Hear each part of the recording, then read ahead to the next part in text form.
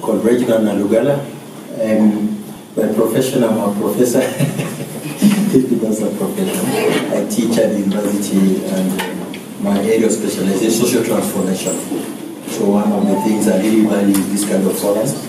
And like even this evening, I'll be speaking at the UN on how young people can be engaged in projects that promote social transformation.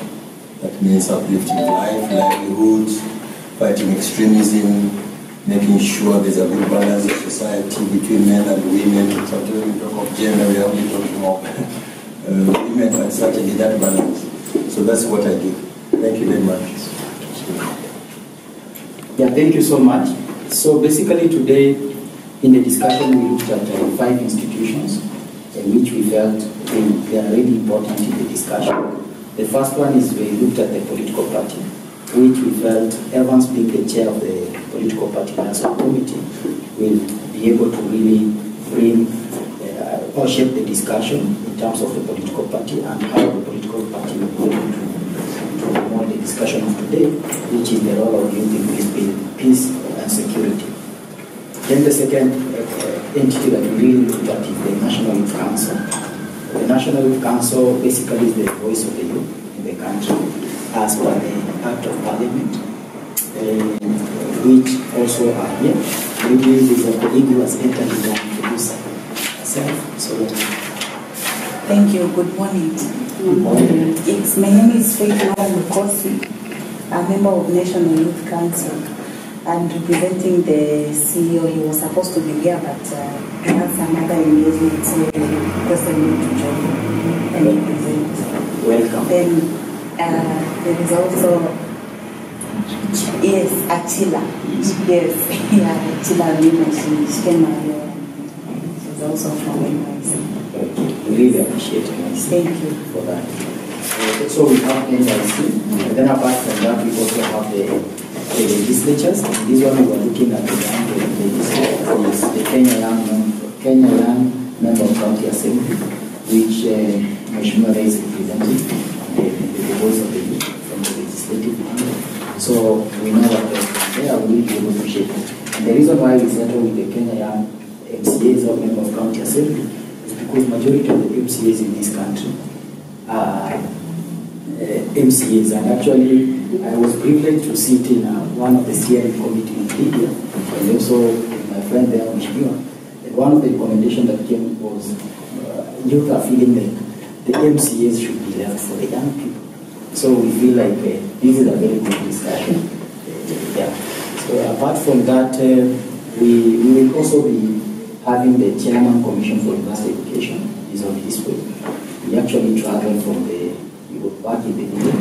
He's traveling on the way and coming because he felt like this is a discussion that I cannot be able to miss. The Chairman Commission for University Education, Professor Chacha, is also the chair Board of Trustees at UCSPAK. So he will also be part of this discussion so that we can be able to see how institutions of higher learning can be able to shape the discussion to promote peace in this country. I think I have not forgotten any other entity. So today, those are the discussions. Oh, sorry. You know, Lydia, I've known her when she was working for the State Department of Youth Affairs, being a youth advisor to the CS. So it's very easy to confuse that she's still in that department. And I'm sure she has more knowledge on youth issues than maybe even the current places that she is. So Lydia, she's the youth advisor from the Office of the Cabinet Secretary, State Department of Gender. Why we settled also or why we felt like Lydia is very key in this discussion, number one, from the fact that she has been able to interact or hold different youth positions in different even the advisor to the CS dealing with issues of youth. She has a lot of knowledge on that. Number two, from the previous discussion or from the previous activities that we've done as UCSPAK, we've realized that young women don't really participate in this. You have to force them. You have to some of them were telling us, come with something like beauty contest and all that. And we were saying, who will discuss about this if you don't want to really engage in this? So we feel like you again coming from that gender perspective, or from the ministry that is dealing with gender, it's really important. Not to forget, is currently on the object in the gender role. So she will be able to assist us in shaping this. So having said that, there is one Dr. Reginald. Dr. Reginald has been a mentor to us. We've worked with him since 2016. Since the inception. Yes, since UCSPAK. Yes. Garissa attack. Since the Garissa attack, when we started. Now, having said that, let me just briefly talk about UCSPAK so that we can be able to understand what is this organization and why is it the real issues of this. UCSPAK was founded in 2015. And by that time, after the Garissa terror attack, by that time I was also serving as a student leader in the MKU. So after that, in the history, we know that student have never attacked student, but in the Garissa, we saw where comrades were the people who had planned and initiated the attack, or were the leaders in the attack. So we felt like there is a disconnect. Then apart from that, there were a lot of organizations that were coming in the institutions of Tanzania to talk about this. And the first point was to engage with the student leadership. Because even if you approach the administration, if the student leadership doesn't endorse it, they will have some difficulties. So basically they were coming there. So we started a campaign called the Zero Radicalization Campaign, which we did it in the institution that I was serving, that was the MKU. Then after that, after it was very successful, I approached different leadership within Nairobi, where we were able to do it. Then we went to Maseno, which there was also serving as a student leader within the campaign. Then we also did it in Mombasa. Actually, even Evans is a founding member. At that time, he was also a student. So we were able also to do some activity together. And then from there, we approached the MCS for Interior. We told them about what we've done and why we feel we need to register this organization. Initially, there was some difficulty because if we give platform this, you registered. Even Kuso, I'm sure it's not, by that time it was not registered. I really doubt if it's still, if it's registered. So they were saying if you give university students platform where they are organized and legally recognized, we are increased looking the problem. And we told you, do you first of all acknowledge that there is a challenge, which the CS acknowledge that there is a challenge. They give us this benefit of doubt and allow us to register. He gave us a difficult task where he told us to at least look for 15 vice chancellors, which we luckily we were able to look at. We were able to get vice chancellors who recommended the registration of the association. Then from there we registered, and we still went back to the ministry and told them now we've registered. Kindly guide us and mentor us so that we can be able to implement what we wanted. And we are happy to report that up to now, the ministry gave us a space where our office are in councils, which is paid by the government. And we work and sit at the National Steering Committee on Peace Building and Conflict Management. We've been able to implement various projects, but because I have Joy, who is heading the program, I know he will be able to activate them better than me. Then from there, Joy, you can briefly talk about some few projects that we've implemented, and then so maybe you will still talk about briefly why we are here, and so that you can be able to understand the topic today. Then we open to Thank you so much, and we really appreciate you finding time and having this kind of people coming together to discuss issues of youth. We don't take it for granted, so we really appreciate your time for coming here. So we've been able to do quite a number of activities since inception of this organization, and that was 2015. So the first activity that we were able to do was to commemorate the Garissa terror attack, which we did in 2016, just to bring all the students together and assure them that we can as well be one and fight the enemy if we are united. So that is a project that we started, and then which gave rise to another project which we start now to go hand in hand and also teach other students on how to live together. So we developed a training manual for all the university students leaders in the country. The training manual was developed in Tangaza University with two professors, Professor Selva, together with Professor Reginald Nalugala, together with us as young people who were able to come up with that particular training material, and were able to train around 73 student institutions of higher learning. So in every institution of higher learning, we were taking 4 representatives, that is one from the student leadership, one from the religious, and then one from also the people with disability within that particular institution, and just a normal student could ask a normal student, maybe a class rep or what, to come also and join. So we were able to train all of them, were trained in Tangaza University. It was also facilitated by Coffee International, which supported that particular program.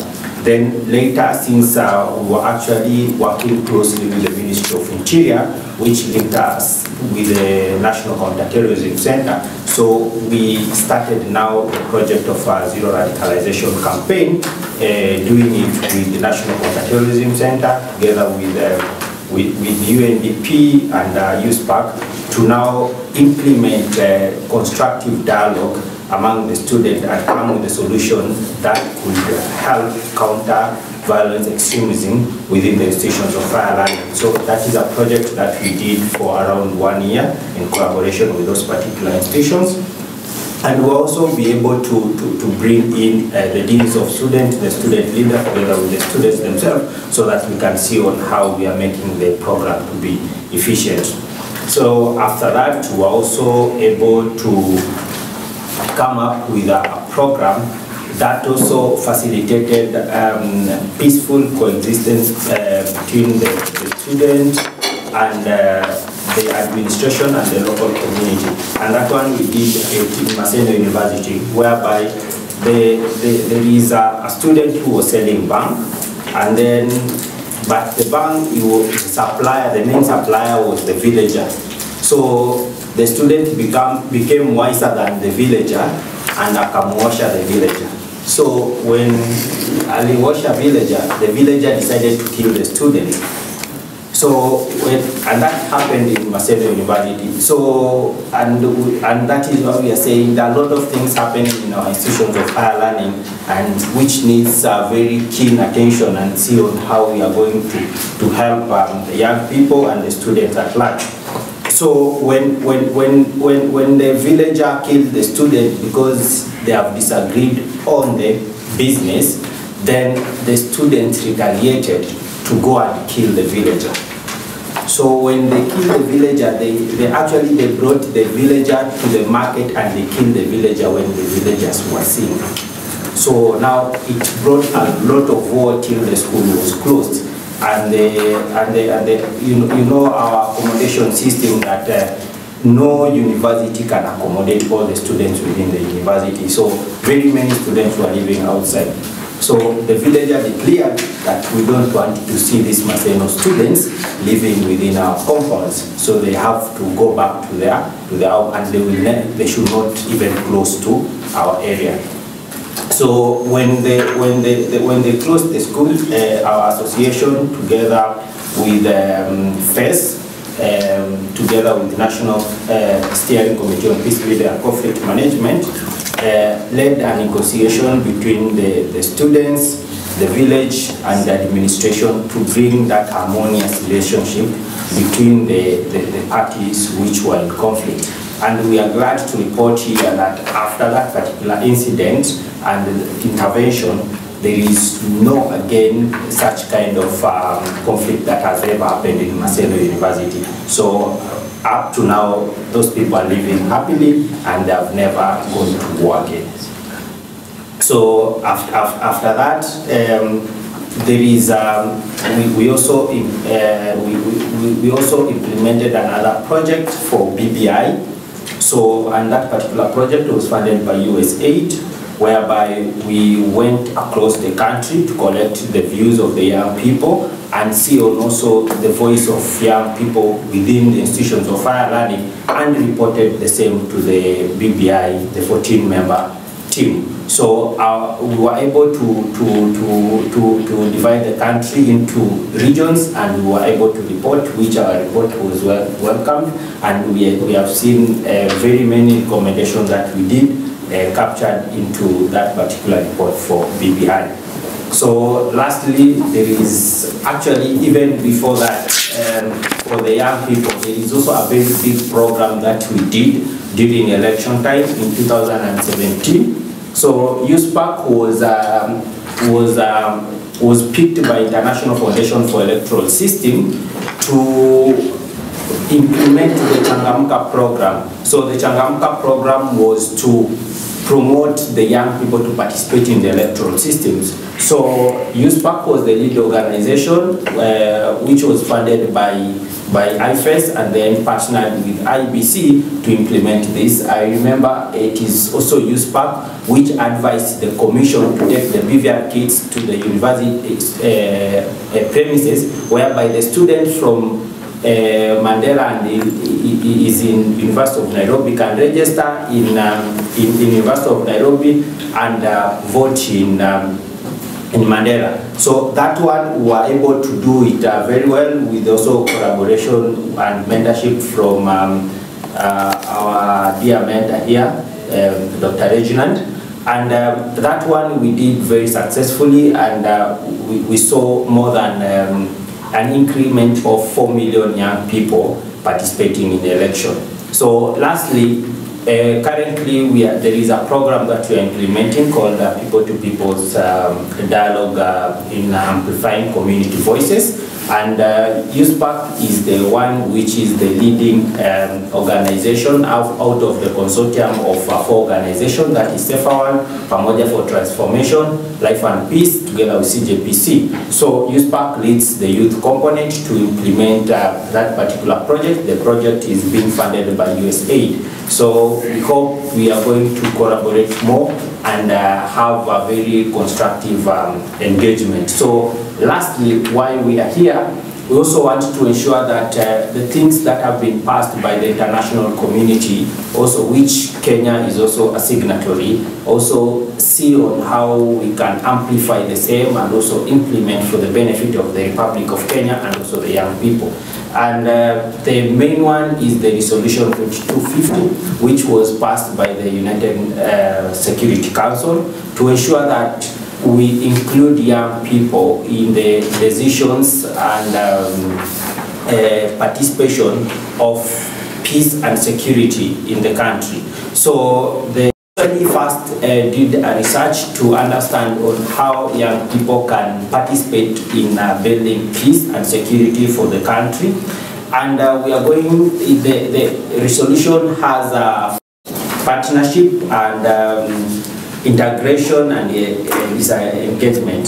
So those particular pillars, we are going to talk deeply in them, and then as experts in the youth sector, and also they also have a wider experience in the youth sector, will also be able to guide us and tell us on how from this particular meeting we'll come up with a program which will ensure that the resolution 2250 in Kenya is well implemented. Thank you. Thank you so much, Joel. Just not to forget of the people who have supported this event. We have been supported by Reinvent, and UNDP in carrying out this event, plus National Youth Council. Those are the 3 institutions that have supported this event. And the reason, actually, initially we had thought of having a discussion where we can bring the panelists so that we can just discuss. But from the discussion that we had, most of the people proposed, because this is the first meeting, you know, we say that we are directing a question to Evans, and yet Lydia has a point that will be able to really assist. Because what the partners or the donors are very interested is, they want after this we have the intervention that shall have been proposed, we develop something like a project or something that we can be able to implement together. So we are looking at not a one-day activity, but a long-term activity that can be able to really assist the peace building in this country. Yeah, so basically why you've seen even a round-table discussion is because we are thinking on if we unpack it together and try to come up with a solution or intervention that we can be able to implement together, that will have more impact than just doing it like a one-day, bring, discuss, then you go. I don't know if the panelists are okay with that. You're okay with that? Okay, thank you so much. Maybe now I can hand it over to Dr. Regina to take the discussion from here. Thank you, So thank you very much, Chacha and Joel. Yeah, I always love working with them. When they call even midnight, I pick their calls because I know the work they do is really noble and beautiful. Just to emphasize 2 points about UCSPAK. This peacefulness you see in universities, I think if it was not for UCSPAK, the country would be really in chaos. But UCSPAK took it as their call to make sure that they train leaders, then these leaders promote peace in universities and colleges. And we have seen a great change in the way young people are looking at education in universities. And that's a big plus. So the training of trainers they do is very important. So when I see most of you here, you actually contribute to this agenda of UCSPAK. The second one that's very important that Joel emphasized is how to engage young people. Young people are very gullible. I remember when I was a student at the University of Nairobi, I never wanted to participate in university politics. But somehow I was swept to understand. And from there I came to learn that it's very easy to be swayed left, right by different political establishments. So UCSPAK is just standing in as a pillar to make sure that there's direction. So why are we here today? We'd like to brainstorm on these 5 areas so that you can see what comes out of it. And again, what we'll do is if we can finish, we exhaust the questions, well and good. Even if we say let's reach number 3 is fine. But as long as we come up with something that can help UCSPAK and the partners come up with a good program. So very briefly, I'll just maybe give you a little bit of a synopsis of this Agenda 2250. What is it about? This is a resolution that came into force in 2015 at the UN General Council. And this resolution, as part of the UN Security Council Resolution 2250, is about youth, peace, and security. So this is what it says. It recognizes that young people play an important role and positive role in the maintenance and prevention of insecurity in the world. Especially they should be part and parcel of the international community promoting peace and security. And so to define this, they came up with the 5 pillars that are in front of us: participation, protection, prevention, partnerships, disengagement, and reintegration.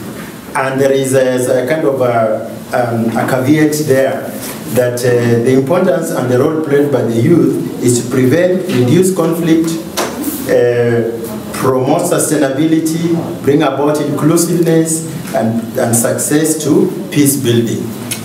And if you look at these 5 points we are going to discuss, actually are part of the principles of good governance. What does it mean, good governance? If people are not giving, about participating, they're not protected, they're not preventing bad opinions to flourish, there's no partnership, and there's no creation of integration. What is it about? So today, our task is to see how do we engage in participation, protection, prevention, partnership, disengagement. So what I would do is, if you all agree, again, in the spirit of good governance, that we look at number 1, we do a round discussion. We look at number 2, round discussion. If some of the points in number 1 and number 2 have been exhausted, then we don't need to really repeat them, but just to see where we are. And it's a brainstorming session. There's no right or wrong answer. It's your opinion that counts here. And just feel free to participate. Are we agreeing on that?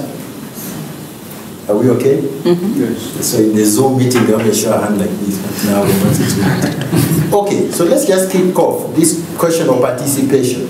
How is the organization involved in the implementation of Resolution 2250, and what are the challenges faced? How can the youth serving organization synergize efforts to realize the successful attainment of the UN Security Council Resolution 2250? So sometimes when I've facilitated workshops like this, what I do is that I ask, but sometimes culturally people don't like being the first. So I just say, anybody on my right, anybody on my left, so that we are all able to participate. Just feel free. So participation. Anybody ready? Yeah, I can see my friend is ready. Go ahead. No, I was just checking. It doesn't mean I was ready. I know. But I can start. Yes, yes. When you speak about participation, it has several components and aspects. And from where I come from, the political world, it is a very key component where if you fail to involve them, it becomes chaotic. So what it is stipulated in Political Parties Act, or now each and every political party can be able to involve the youth. In terms of leadership, it is a requirement that you must have in your neck a youth leader, and even the entire neck should meet to that gender rule. Apart from that, even in terms of secretariat, each party must have a code of conduct and how they are going to manage their staff. And it has in those aspects on how they are able to have the youth participating. When you go down to even in terms of opportunities, when it goes to issues like party lists, which usually has issues, in what IEPC has done, and even the political parties through the office of registrar, they have made some regulations which, like there is a list for gender top-up, you must also balance. Even if it's a list for women, you must have the whole ones and the other one, it's a mix-up. When you come to the marginalized list, there is somebody representing the youths. That's why we have our colleague representing the youth at the county assembly. So basically, in terms of both the political leadership and even in terms of the electoral leadership, there has been every aspect of participation. But now the challenges faced, you find like, when you tell somebody, kuja participate kwa siasa. So the first thing is, what am I getting? So most of the youths put their personal interest ahead instead of looking at the bigger picture. Somebody will tell you, for me to come to your meeting, I must have to come and get something. But you don't know that you have to build structures, networks, as the way Lydia was saying, networks you have to build over time. So those are part of the challenges, because you find most of this participation for youth, they become so much involving up to an extent some political parties cannot be able to sustain financially. So it goes to a point whereby you have to pinch yourself kidogo in terms of finances. So yeah, that's it. That's a very good point you're raising here. That participation is at every level. It's every level. Yes, and the Constitution of Kenya 2010 is very clear. Sometimes they call it a devolution constitution, sometimes they call it a participation constitution. Because from the first chapter to the end, it calls people to participate, and you emphasize very well, especially bringing in the different gender, people who are marginalized, people with different types of disability, and of course the youth. Then chapter 11, that is called the devolution mandate. They always talk about participation. That's very important. And then the last point you raise is very, very important. Young people have been used or seduced to think that every time you participate, you must get something. But they're not thinking about what I do is good for the good of the nation. So maybe the question would be then, how do we change this culture that whenever I participate, even a discussion just with whether the road will pass here, I must be given something. Very interesting events. Anybody else would like to continue from there? Just to finish. Yes, please. Yes. As I said, each party has a code of conduct which will deposit with IPC. So as a way of even having, I know we'll discuss ahead, in terms of even preventing, like now somebody, I'm on a CIASA using you, there is always a code of conduct which you sign as an aspirant and also as a party member, which you have to abide by. So that in case there are chaos, there are consequences. That's why you rarely see an aspirant coming in front and saying, let's fight so and so. They just do behind the scenes. So that's a challenge, because how are you able to manage the issues behind the scenes? Usiku wanapanga mchana, unaona tu nifita kila mahali. So it's another very interesting point. Okay, somebody else would like to add on something? We're still talking about participation. How do you participate? Do we participate? Okay. You are ready? Yeah? I can see your hand. Yeah? Yes. I'm not imposing. It's always easier to come after the first person. We can feel a bit confident. Yes. I think on the issue of participation, and I don't know whether anybody has bothered to do the science on this, but the fact that there is that demand by young people that, if you're going to call me for your meeting, if I come for that political forum, you need to facilitate me.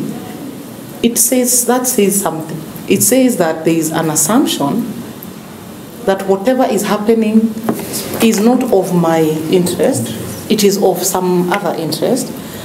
So my involvement, I'm coming so that you can advance your interest.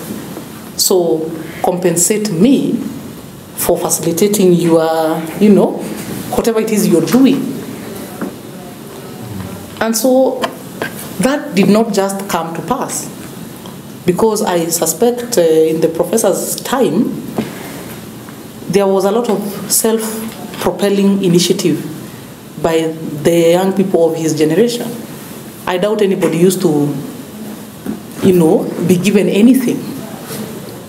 But the feeling or perception or whatever has evolved over time. So there is a deep-seated understanding that I'm coming so that you can help yourself. So compensate me and be on your way. Go get those things you are pursuing, because I know they have nothing to do with me. And so instead of telling people stop asking for money, we have to engage ourselves in a more complex social engineering process to deconstruct this thing, because it is not a myth. The people have been betrayed constantly, repeatedly, to a point where this has become an understanding, that an automatic assumption, an automatic understanding, oh, that's what's happening. Oh, ametuita, okay. Tunajua anaenda kupasu kitu fulani, so watu sort sisi aendelee na maisha yake. If he succeeds, good for him and his family. And that is true for NGOs, it is true for government, it is true for literally everybody. So how do we come back? Do we bring back the mentality to, actually, it is no longer true. Or it is true maybe, but it is not true for this, that we are doing this one. How do you? So that's a more complex, it's a more complex endeavor. Because that view is deep-seated, I can tell you that. There's a lot of skepticism. So maybe working with younger, less skeptical youth, catching them earlier before they are disillusioned. Maybe that could help to recreate the confidence in political participation or in participation in general. So you catch them when maybe they are in high school or they are in university earlier on. So we grow a new crop of civically engaged people who see the meaning of it outside of these other concerns. Very, very important points you raised. Yeah. Just paraphrase two, and I think they're bringing something very important. Because I'm beginning to see if, let me say, UCSPAK was to start a project of engaging young people to think that when you participate in something, it's for your good and not for the other. And that can start from a very low level coming upward. So it's like, okay, in Kenya they don't like the word civic education, but that is what was called. You start from the grassroots going upward, then people start learning how to be responsible. So that even the parliament ya wananchi from the primary school level is organized by UCSPAK, primary, secondary. By the time you reach university, you are actually very well groomed. Recently, I think I wrote a paper last week for the Star, but they didn't publish, on the issue of internship. So internship should be that at every level, there should be people being trained to take up skills. Who is shadowing Raila? Are you shadowing who? No, I'm not sure. Who is shadowing Raila? Who is shadowing Chacha? Who is shadowing Joel? Who is shadowing you? So that we build it up. By the time now, like I used to be very impressed. I did my studies in UK, I was in Oxford, and I used to be impressed that at the age of 21, they already know that Chacha will be Prime Minister and he will be Chancellor of Exchequer. You will be Foreign Affairs, you will be Trade, you know, they already knew at the age of 21. And that's exactly what happened to Tony Blair with Gordon Brown, David Cameron with Osborne, Theresa May, and you know, that's how the system is. Is it formal? It's what you're talking about, facilitation from the Political Parties Act, from the lower level. And I studied that, and I remember meeting Blair. I said, this is wonderful. So I already know that you'll be Prime Minister at the age of 40, you see? I already know that you'll be Minister of Foreign Affairs. I know that you are going to be Minister for Trade by the time, you see?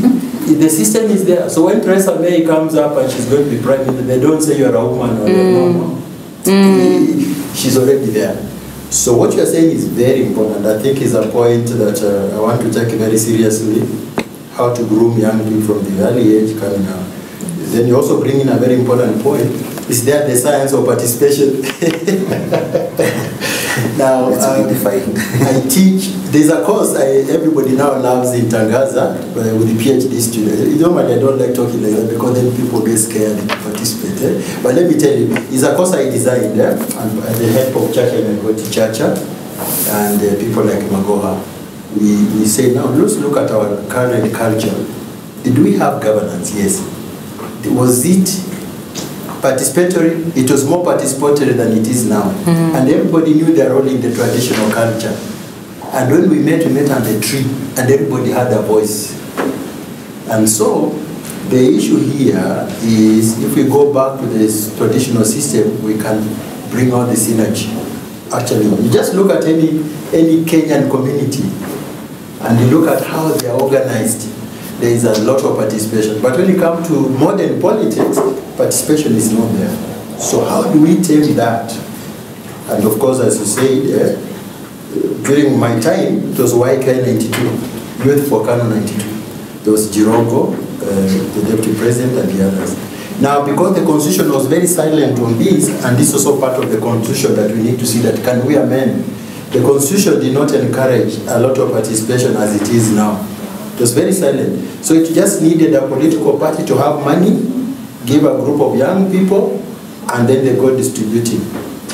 Now, we don't want that culture. And that's why now the culture of handouts started. That I can only work with Joel if I'm getting something. I can only work with my sister if I'm getting something. But suppose we think of what is good for me. So that social engineering is a very good point.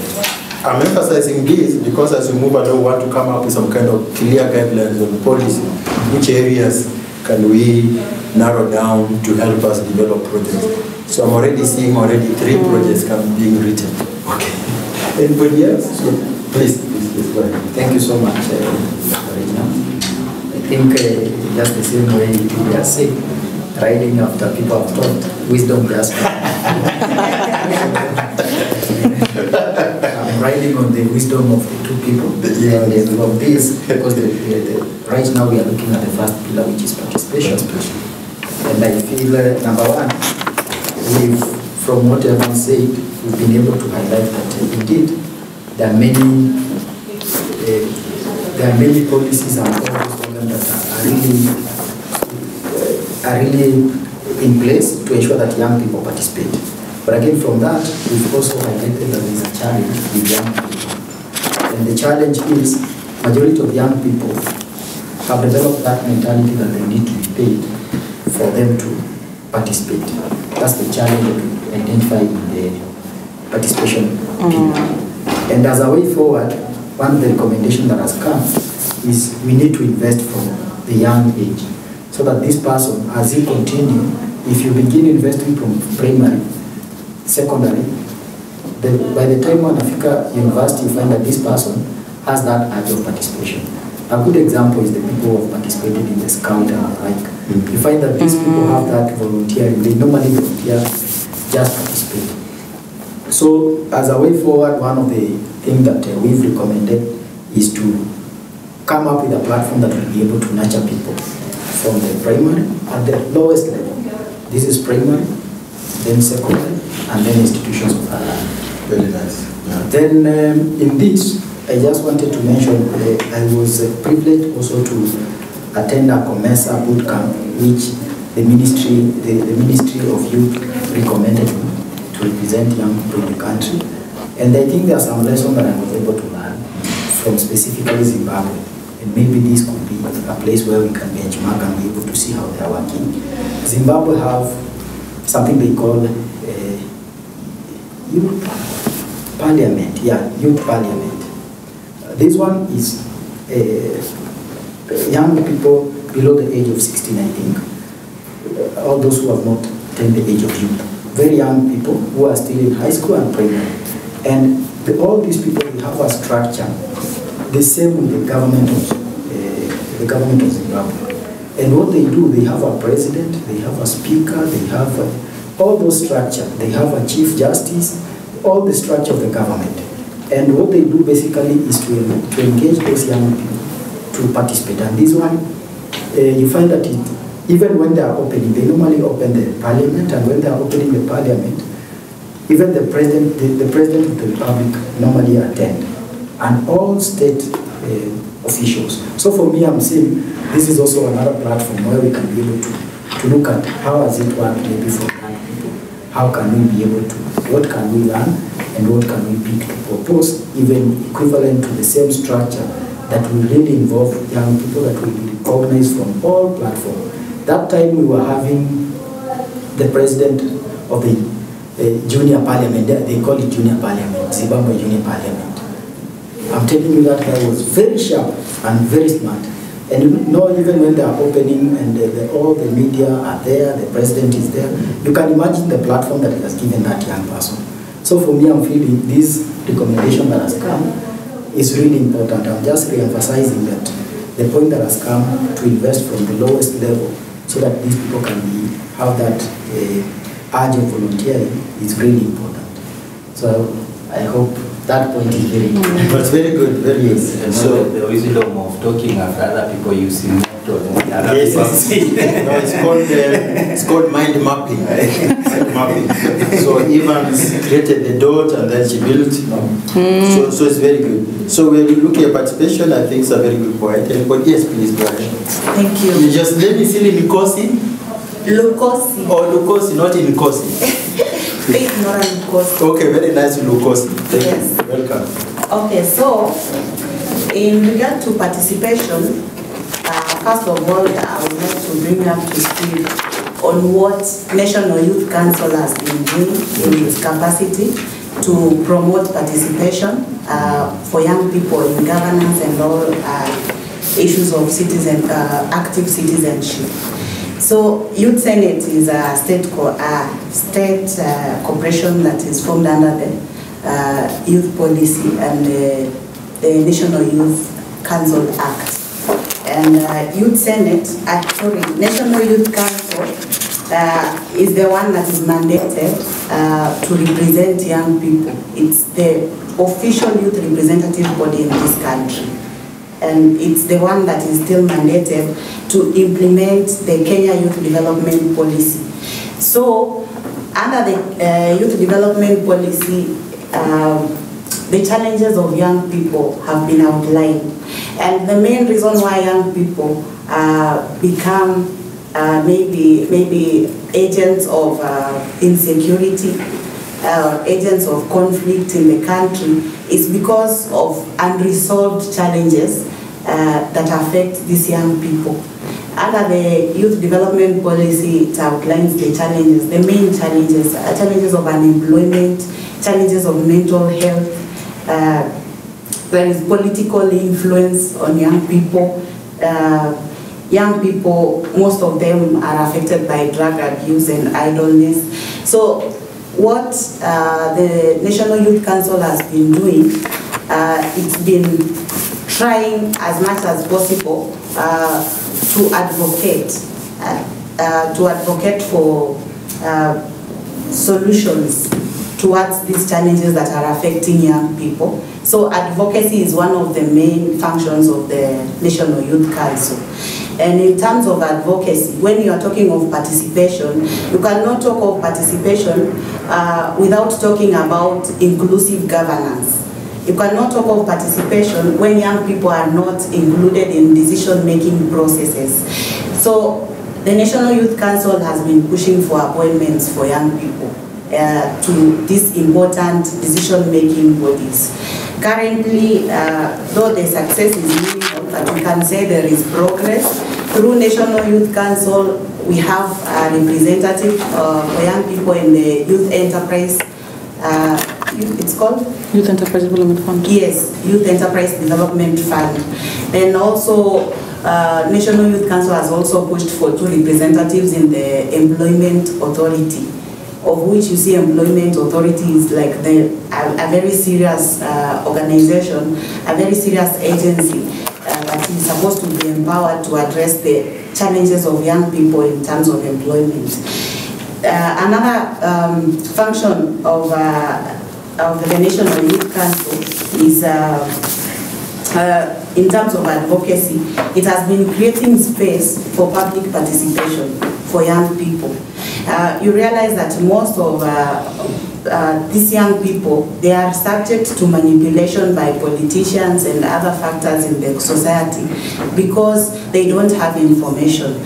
So the National Youth Council ensures that whenever there is a bill that is passed that touches on interests of young people, it creates a platform for young people to participate.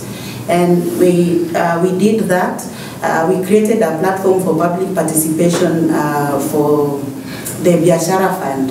The Biashara Fund bill, which is one of the most important legislation pertaining to employability of young people. Then it has also, we also did public participation for on the NYC bill, because currently there is some disintegration, because NYC is supposed to be like the official representative youth body in the country. We need to have representatives from the ward level to the constituency to the county and to have a council. But as it is right now, there is a bill which seems to be watering down the mandate of the NYC, and it was we took it upon ourselves to create a platform for public participation, to develop memoranda, to do what, to ensure that young people's voices are heard in that regard. Another function of any participation, as my previous colleagues have said, is in terms of volunteerism. NYC tries as much as possible to nurture the spirit of volunteerism across the country, and it has been rolling out projects in partnership with some community-based organizations and youth-serving organizations to ensure that young people are actively involved in issues of governance and nation building.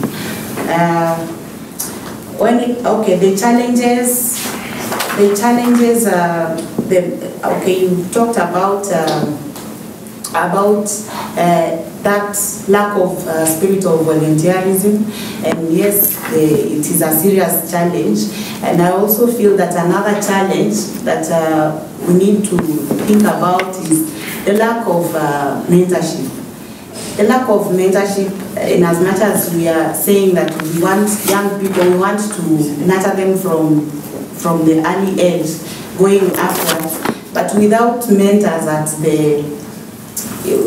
without mentors, the elderly people, the ones who are in government already, if you are telling a young person to take this path, you are preaching water and you yourself, you are drinking some wine or spirit, it's also something that we need to think about.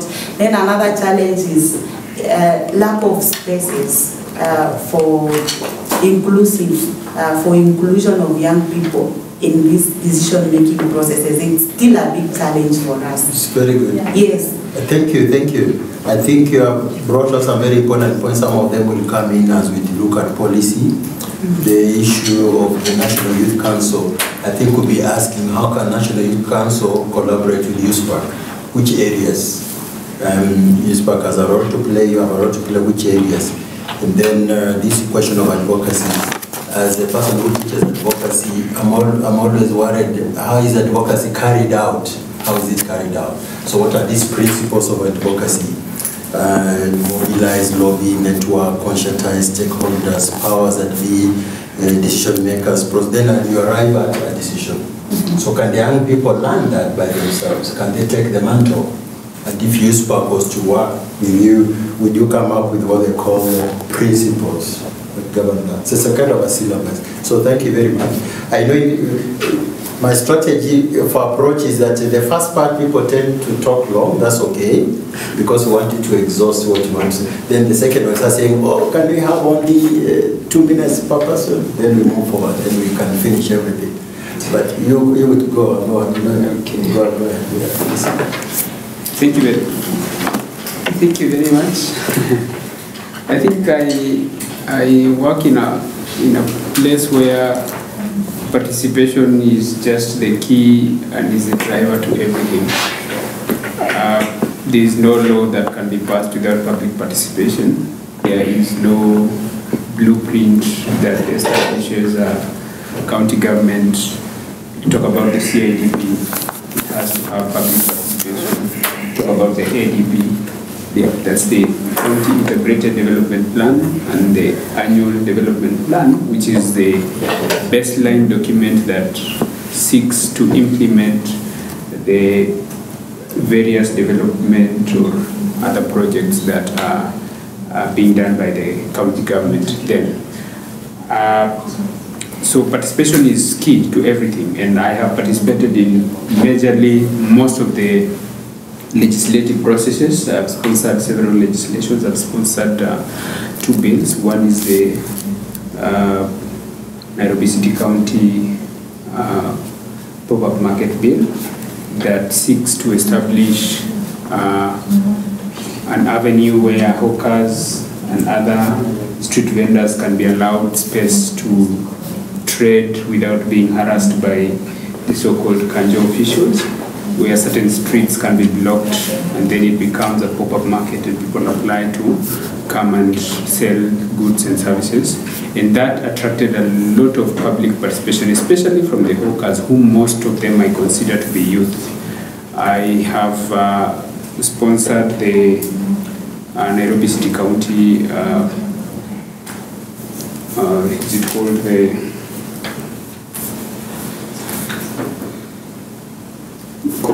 county corporations bill, which seeks to actually establish bodies. This is way long before the deed of transfer came into force. So I had a thinking that we can have specific services removed directly from the executive and being taken to a body that then can make sure that the implementation of those functions are not impacted by the political nature of the county. So I envisioned that we actually move away the health, we move away the housing, and we move away the water and sanitation. And those apparently are the exact things that actually were moved by the deed of transfer. And that my bill was way long, which we in 2019 it passed, and then we waited. So in that also there was proper public participation. We have a youth caucus in the county, which I actually serve as the chair. And in that we have engaged several bodies. For example, I think tomorrow we are supposed to have a meeting with NDI, who are sponsoring youth to look at the ADP, the Annual Development Plan. We are now in the process of doing the Annual Development Plan for next year.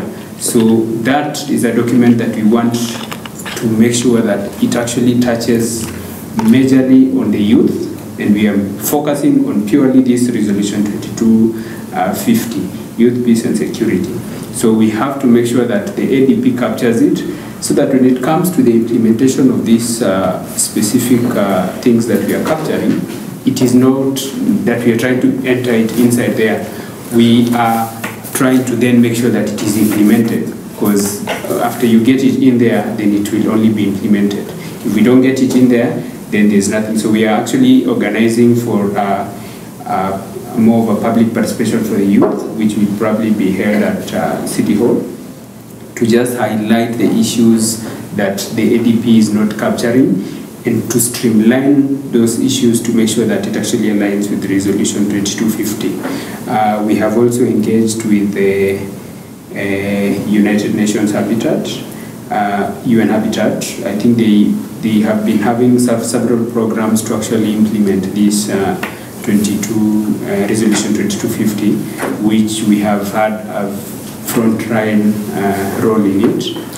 In fact, they had actually promised to set up, just before Corona, to actually set up an office. We give them an office, they fund it and fully sponsor everything, and we focus on how we can do model laws for Nairobi, purely for Nairobi.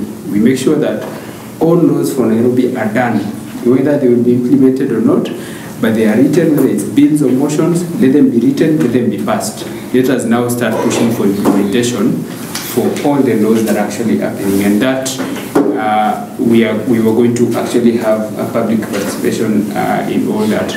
We've had to mobilize at times, so legislators who are youth at heart, and others who are youthful. We've had to then organize for us to go to specific meetings so that we can then give the political goodwill. We've had several meetings where we have been invited and we have come in numbers just to support the whole youth agenda and to make sure that we participate fully and ensure that Nairobi is actually considered as the capital city it is. I'm happy with what Buddy is actually doing, and I think it's something that all of us can then see. And if the future of Nairobi is that, then I think we should then start pushing for more youthful, more youth taking up such jobs within the county of Nairobi and also in the national outlook. So it's something. I think one of the major challenges that we face is purely support. Like for example, if I am the one, I do my own research. I do my own. If I had a body that was actually researching and saying this and this, there are gaps in this and these legislations, then let us find a way of getting this legislation done. Then that is something that I would be happy to then just sit and push all those bills and motions and we actually enact them. So all of them that I have actually done, all those bills, some like the county corporations bill, I was told it cannot be done. I drafted it by myself, went to Kenya Law Reforms Commission, told them this is possible. They had to look for something in the constitution to make sure that it actually aligns. Then they actually aligned it for me, brought it back, and I pushed it to the end until it was implemented. The pop-up market also, I was told it's not possible. It is now our third reading. That's the final stage in the preparation of the bill.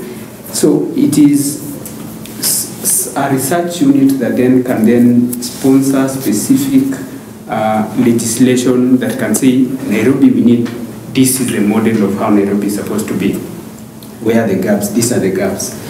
These are the gaps that can be fixed with legislation. Let's do legislation. Then we do all those, and then we are done. Then I will push for implementation.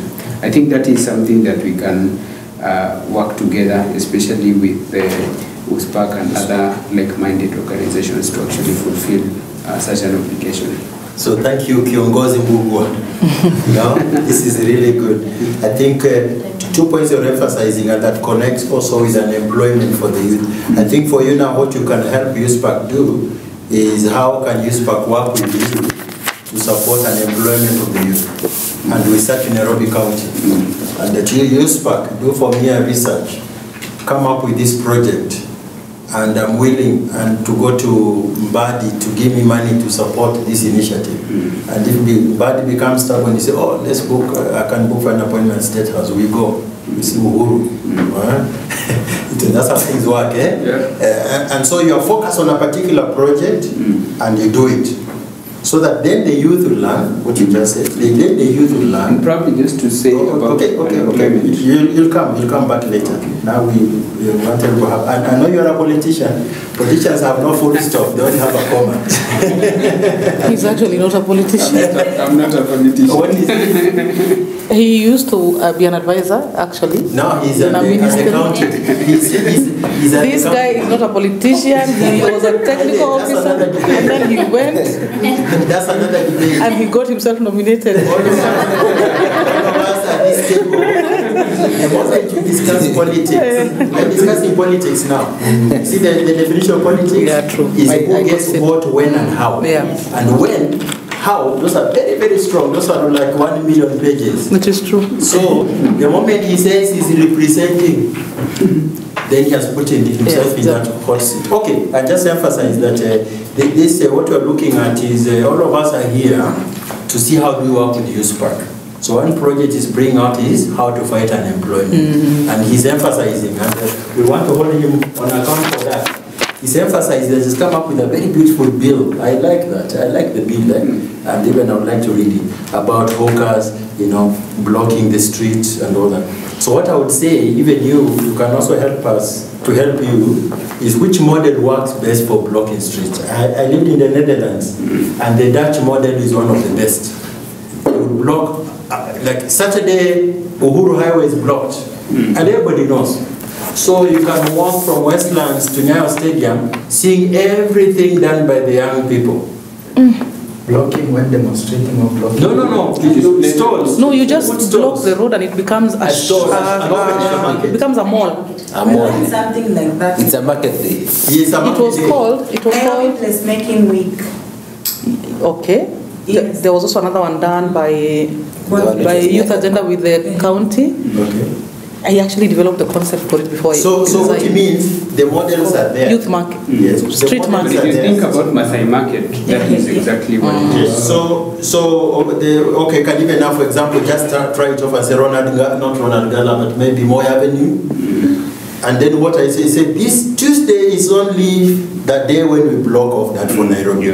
If you go to Nyeri, it's Wednesday. You go to Nakuru, it's Thursday, like that. So every week there's something. And then the youth are registered, then they have caravans. You're pulling, you have a truck, you pull, you drive. Your caravan is your shop, but also a room to sleep in. So Monday to Friday. You are in Nairobi. Yes, and then you go to Nyeri. Exactly, because Wednesday is the market. It's a caravan. Yes. Now, sounds like a beautiful project already. That you come up with a national. Like it to come tuk-tuks in there. Yes. I can tell you, actually, when we were doing the concept for the street market, when we did it back, that was how we had intended, and we had tied it to the issue, to the policy goals of Vision 2030, to advance what they call the 24-hour economy. Yeah. So we had linked it to that. And if you need language for that, so I don't want to lose his point. His point, because I'm tying all these points where you started, because we're looking at how do we help UCSPAK to work in these processes. So unemployment is key, but how? And then post-corona, of course, there's going to be livelihood support. Post-corona, what do we do? Right now we have a project with the UCSPAK, actually, UCSPAK. And the Tangaza and Wuma, they're looking at sometimes through faith initiatives, which also use UCSPAK. You reach families better than when you use political establishment. Because the families know exactly who is, why didn't you come to the mosque today? Why did you come to church today? Or, these kind of things. Okay, so this is where we are. Okay, very good point. You'll have another moment, you're going to have a moment. The first part I always want people to speak longer, then the second one we run. Please go ahead. Okay, it's just in addition to what Evans I love your name. Let me just make sure that I get it right. Amran. Yes. Amran. Yes. Okay, mine is just as additional to what Mr. Evans and Ms. Lydia said in regards to participation, youth participation. They talked about grooming from when they are young. But again, personally, I feel this participation and youth grooming will only work if, you know, those stakeholders, let's say today UCSPAK is having an event or something, if themselves, they don't tell the youth that tunawapata kitu kidogo, you see, the youth would come flocking. They need to tell youth that we are having a training or a workshop of this thing, but hakuna pesa. Now you will know who is interested, who want to come, you know, voluntarily without being given handout. In that scenario now, you will know if maybe it's about leadership, who wants to be, who is a true leader in this contest, who wants to come to this workshop wanting to learn more about leadership. See, if maybe, let's say you want to have something to do with beauty contest, and personally, I'm not even interested in beauty contest, but because there is something, I'll definitely come. Not because I want to gain something, like that knowledge of beauty contest and all those stuff, but because I want to have some, you know, coins. You see? And when we come to now the political thing, we have grown this tendency of politicians going to the ground and giving voters handouts. If maybe you could have come with a certain law that protects the voters, you know, from these self-imposed leaders who want to buy the voters and take advantage of their vulnerability. Just because I'm vulnerable, I can't have maybe, because of the unemployment and all this stuff, I can't have my next meal. Chacha will come and say, I want your vote. Wacha nikupatie sotano. Sotani votia. I know perfectly well that Chacha cannot be a leader. Hawezi hakuna kitu atanisaidia, but because I want that 500 shillings, I will vote for him. You say? If maybe we had laws that say, you have to do this thing like this without having to give handouts, maybe through that you could have gotten, if it is a leader, you get a true leader. If it's maybe something that you want to pass across, you'll have people who are really interested in that field so that they can go to the next level. But if it's always after, you know, you want to get the numbers. You know, there are some organizations, maybe they want to capture 200 people. And for them to do that, they tell the youths, kuna pesa inatoka hapa kujeni. Now everybody comes flocking. For them, it's just they want the numbers. They don't care who gains something, who gains what. So I think, yeah, in my opinion, laws should be enacted to help, you know, streamline these things of handout and incentive and yeah. Very good point. Yes, good. Just a question on what she has said.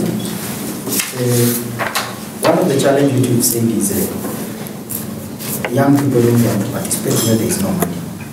But again, the issue that has been there, if you've not, maybe you can find somebody is not interested in participating in this.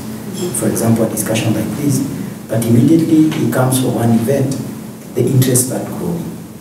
I understand that you are the first female chair to be elected as a chairperson in Egerton University, which I believe most of the female students maybe were not or are not willing to participate in such kind of arrangement.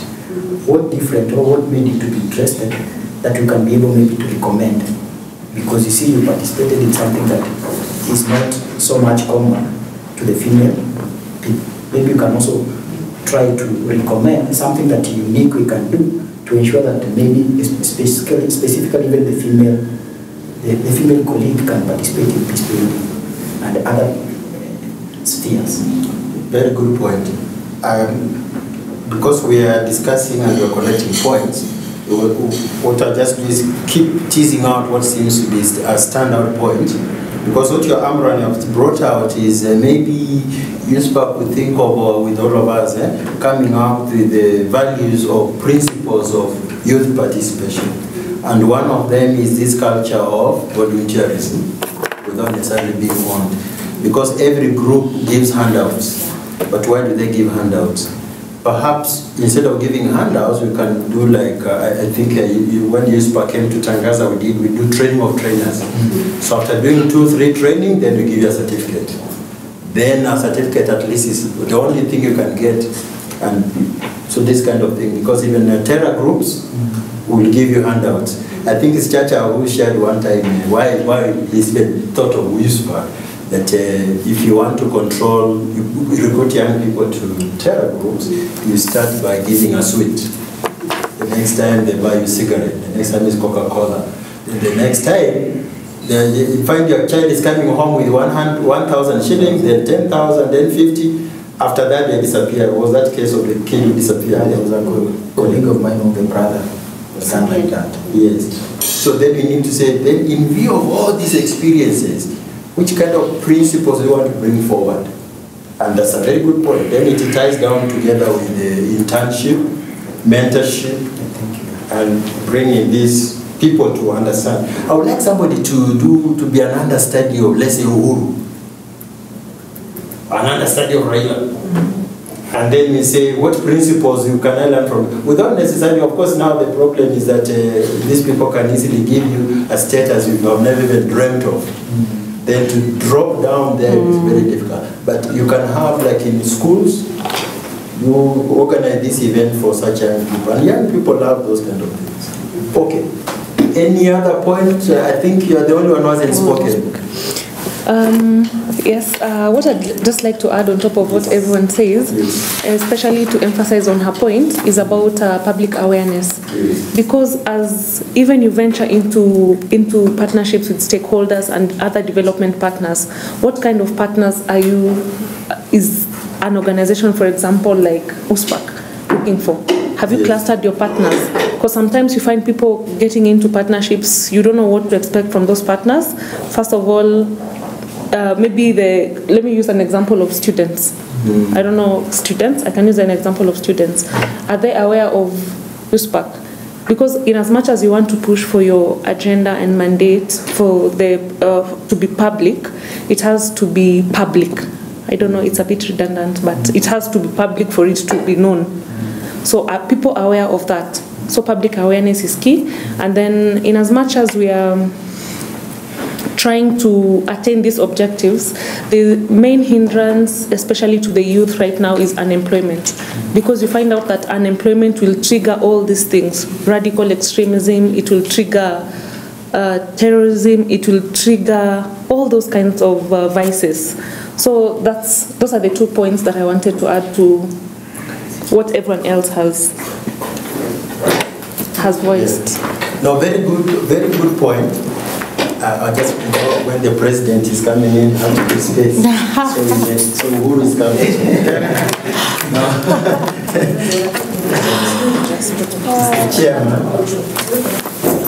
Chairman and I are very good friends. Do you know that the chairman would go up to the next house? Okay, so I like what you say. Do you know this organization? And my friend, maybe you better move here, because I'd like to see people's faces. And because of social distancing, I have to sit here. The museum is coming, so I need to sit here. But what you are saying is very important. Do you know whom you are creating partnerships with? Okay, and there are some organizations that we know, like we know UNDP, you know USID, that's okay. But the others we don't know. I have a friend of mine, he's an American, he just lives here. He's a professor with me, we work together. Last year we did a very interesting research on the judiciary of Kenya. But then he's doing another study on China. But he's using a lobby group from another part of the world. And what he's getting there is a lot of information. Myself, oh, so I can have an organization with this name, but I don't know what happens inside there. Oh my God. So, of course, UCSPAK will not want to work like that. They want to work with groups that are very clear. This is what they do. You can even walk to the offices and out, and I'm very happy they're able to do that. So that's very important. Okay, we want to wrap up this point. Prof. because we want to move to the other 4. Yes, I would like it's to. Really burning, it's really important. Okay, I feel like I did a disservice to the national government because I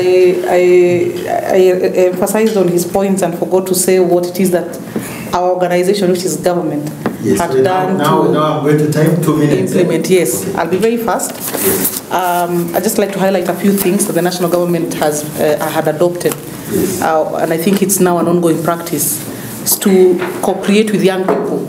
Yes. So whenever there is an important youth targeted either program or initiative, yes. There is now an effort to include young people in the steering leadership of those processes, whether it's International Youth Day, whether you're talking about project design, it is now happening on almost like a normal basis. And then what we also did is that we inserted that language in the national youth policy. So young people now can demand it as a matter of policy implementation, that everything will be done in a co-created manner with government. So that issue of steering committees. We have also created a culture where when you do a bill, for instance, when you're creating a new body, a parastatal or something like that, especially if it has any implications on young people, which most of them are attempting to do, you assert the space, the place of young people you create positions that are specifically for them. So for instance, the National Youth Council bill, when we were redoing the National Youth Council architecture and created a parastatal, we gave 2 positions to the national youth, to young people. So you have 1 male, 1 female. I believe it's the same thing that was done with the employment bill. Yeah. And so you begin to see, even in the creation now of those governance spaces, there's an awareness that actually young people also represent the face of Kenya. They need to be in these spaces. National processes such as the Building Bridges initiative, what the government is doing is, because we know also young people, they need that confidence, somebody to push them a little, support them. So whenever there are national conversations, for instance, on this issue of gender, on the issue of Biashara Fund, Kenya, those kinds of things, we go out of our way. Government is going out of its way to bring in young people to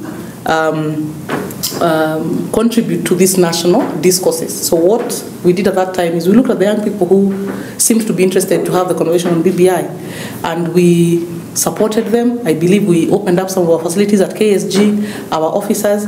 So whatever little thought processes they had, we were able to support that so they could articulate their points better. I believe the minister also used... Yes. Finish that sentence. Yes, so those kinds of things. So I think basically just to say that the government is leading from the front when it comes to youth participation. I think what we're trying to do is that everybody is doing something.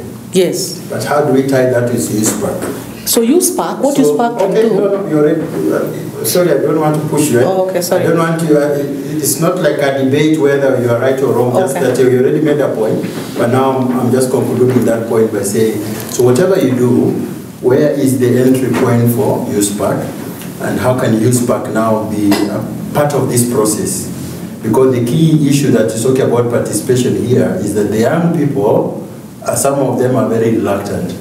But at what level can they participate? But what is this participation? I think we're narrowing down on this whole question of unemployment. Unemployment is a major issue in agenda of jobs. Then they'll be looking for handouts, they'll be looking for somebody to give them a small token, they'll be looking for this. But if they have this opportunity to employ themselves, what can we do? So can participation, any process of participation, make sure that from the lowest level, and he emphasized very strongly, from the lowest level, we're already calculating this culture of being part and parcel of society, but then we are focused on many tentacles of, for example, unemployment is one. Bills, yes, bills, but bills sometimes they're just a rubber stamp because they can appear in the newspaper, can be anywhere, it's already participation. They can appear on radio, that's already participation. But have they really participated? So these are the questions we are asking.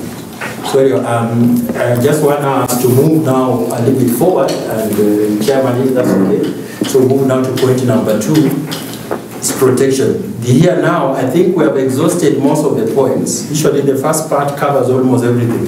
Here, when you talk about protection, we just 2 minutes, how you interpret it, how you understand it, and then how do you want to move forward. For example, in your opinion, how can young people be protected from violence, including sexual and gender-based violence?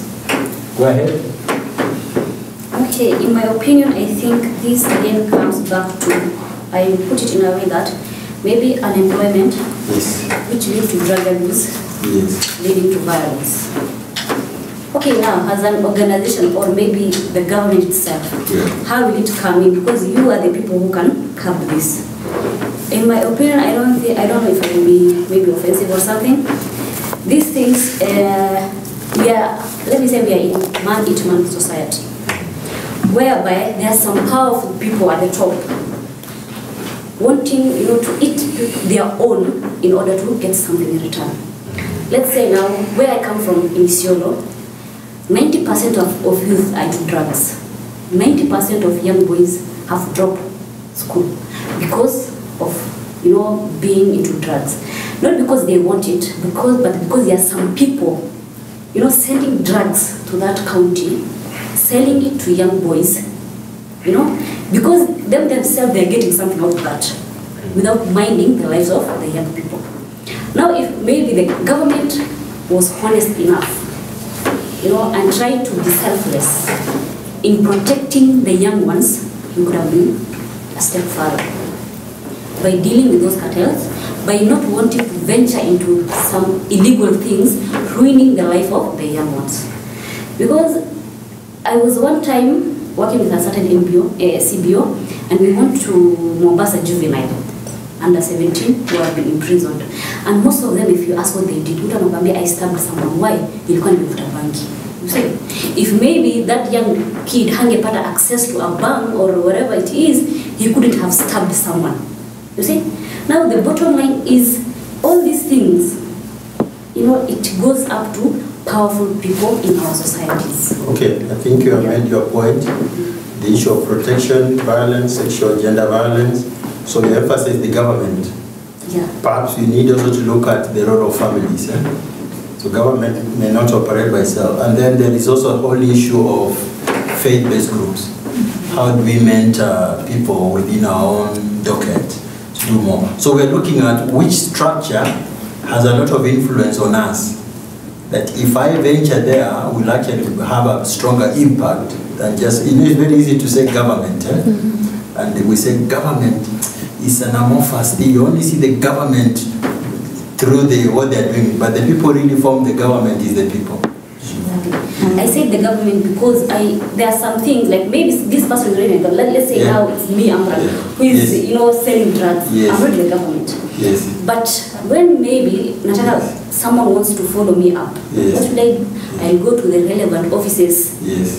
Lipa kitu kidogo, story yangu inafanya. So now, okay, I get your point. And so when we're working, we ask, then if that's the case, who then will have a strong influence on this person not to go behind the scenes?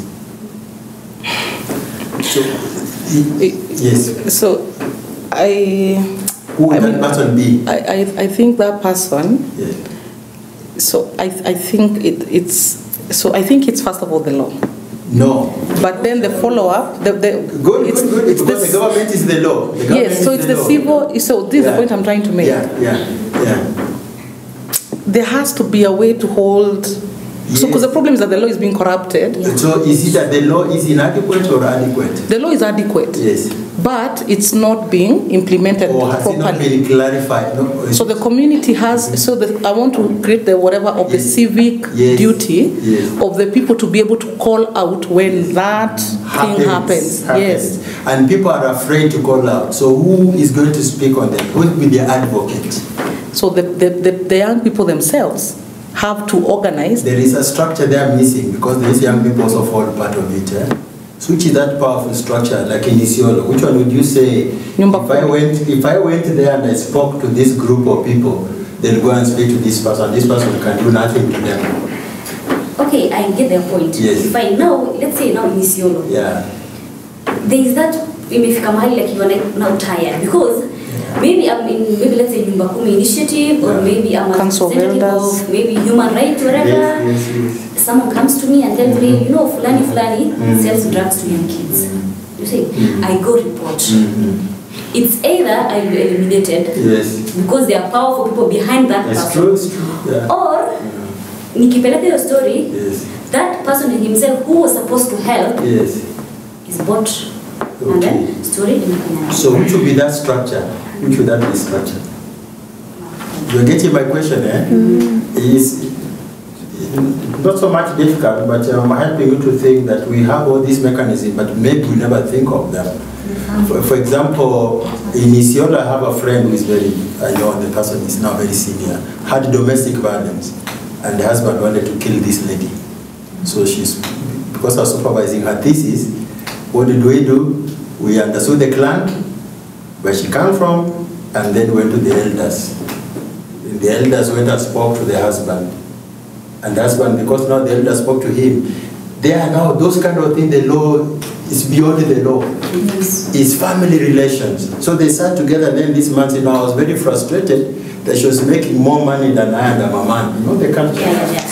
So the control. And now this lady is so happy. She's a director of one of the TV stations. She's so happy. Every time we meet, we talk. We say, okay, how did you figure that out? So we are looking at where is this power within the community I can go to and resolve my problem. Not necessarily to bring the government, because the government is the law and can be very intimidating.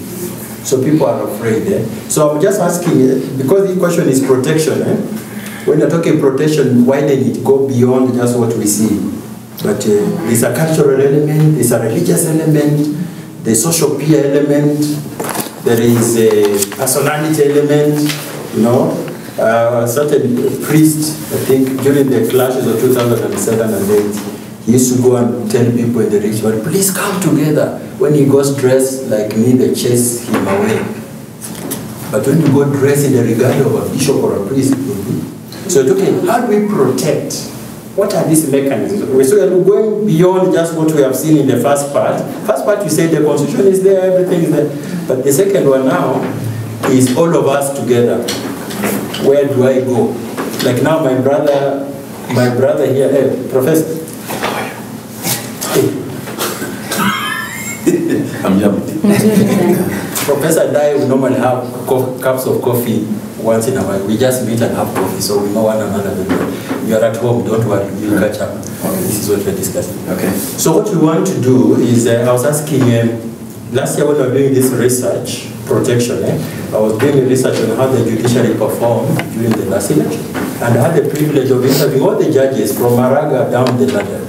But when I reached Lenaula, what he shared was very important. He told me, you cannot share this in any forum. What he said was very important. That, okay, for me I stand for the law, and I'm ready to die for the law.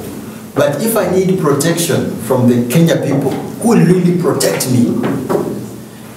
Not be the law, not the government, but the religious people. And he had this reason for that, because they can easily camouflage you and speak to the authority, or this person. But when you go to your tribal element, they become striking. If you go to it, it becomes striking. Okay, you want to add more? Yes, please. Okay, you said the people that should protect us shouldn't be the law, but the part of it. Yeah. Let's say you say the religious and the elders and so on and so forth. Now we have cases in Northeastern. Yes. Whereby we no longer trust the elders, because like now rape cases have been increasing. Yes. You know, someone's daughter is raped, as young as 2 years. Yes. You take it to the police station. Yes. And then the elders go to the police. There's a certain thing called maslaha. Yes. Like it is sold there. Yes. The elders. The elders go there, they say, no, this case, Rudisha kwetu. Yes. Take him back to the elders. Yes. And then maybe the father of the girl and the other one wanaitwa pamoja, and they are told, you know, this person is your tribe. Yes. He's your clan. Ni kijana ya mzee fulani fulani. Yes. Now why would you want to imprison him? Hiyo story kanyangia hapo. You see? Now you come with maybe there's someone, maybe you know, selling drugs, let's say. And then you take it to the wazee. Mwambie unajua mzee fulani fulani is selling drugs for young kids. Anaitwa. And then you call. Mwambie unajua huyu ni mama. she has 10 kids.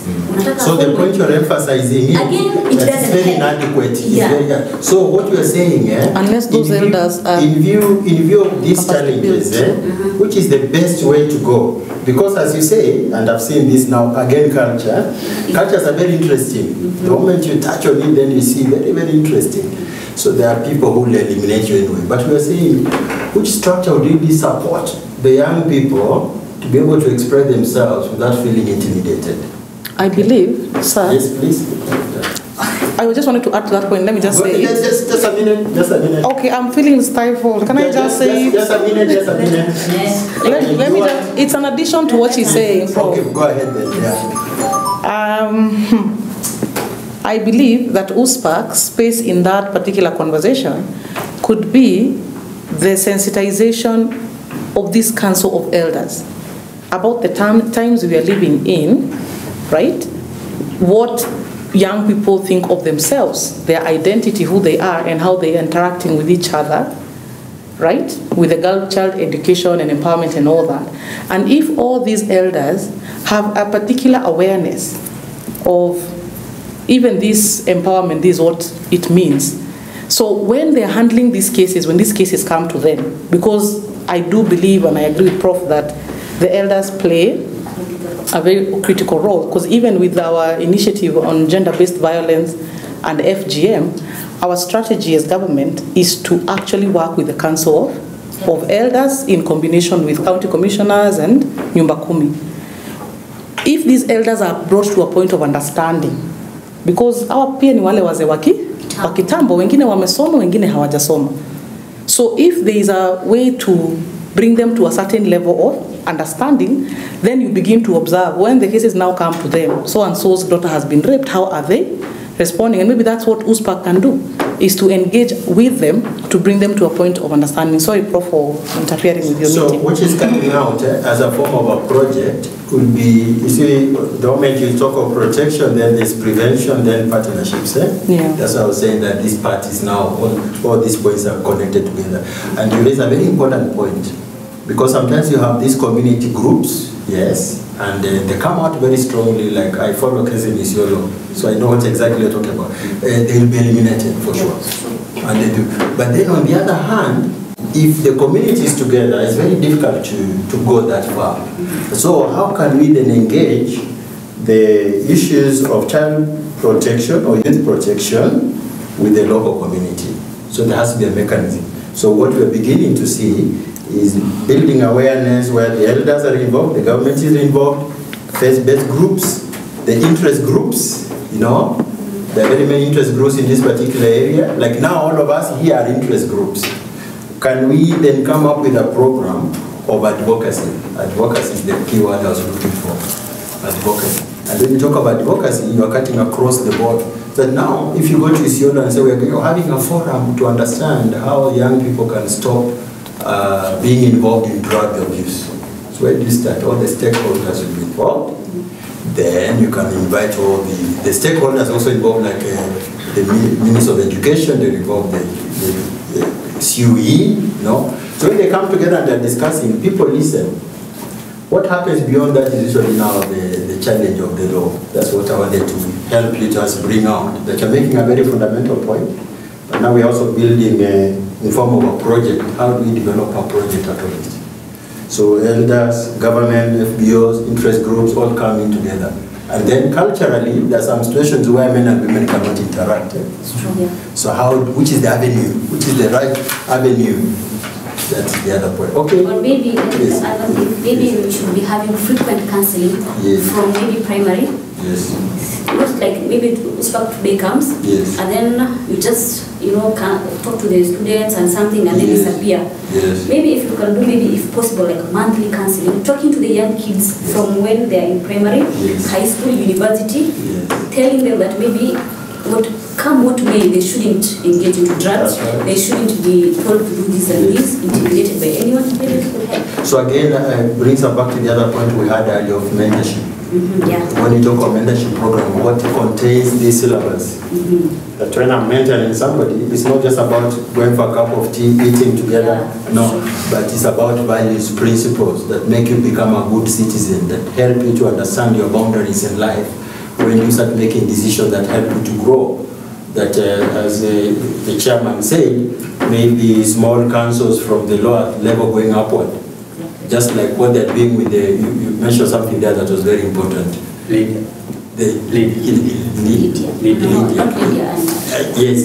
So she said that putting together all these, then how do they build up to responsible citizenship that can look for employment? So that when we get out of here, we can say, oh, today we have come up with 10 projects that can help us move forward. And when we are forging forward, we're going to collaborate. Squeezing out the issue of hawkers. Okay, there are hawkers who are kids, and I really feel bad. How do we protect them? They're not held, they don't become vulnerable to pests in the city of Nairobi. Yeah. So this part we're looking at protection, prevention, partnerships. That's how the four things are going together. And I think just feel free if you say this is how we protect, this is how we prevent. So that we can see how they fit in together. And I was emphasizing your point, and I think that we understand that when we are looking at an issue, we are looking at how it has started, where it is, and how we get out of it, so that at the end we have some resolutions. So at this juncture, when you have them say, please welcome. So, Prof, welcome. Yeah, thank you. I know you came a bit late, but so is the meeting over? No, just introduce him. I'm road locked. Okay. Yeah, just introduce him so that I think everybody knows him, but you can do the honors. Yes, so thank you so much. We have now Prof, I think just the same way Dr. Area said, is a common figure in this country, and I know you have been able to really shape the education and many other sectors of this country. Professor Chacha is our chairman. In relation?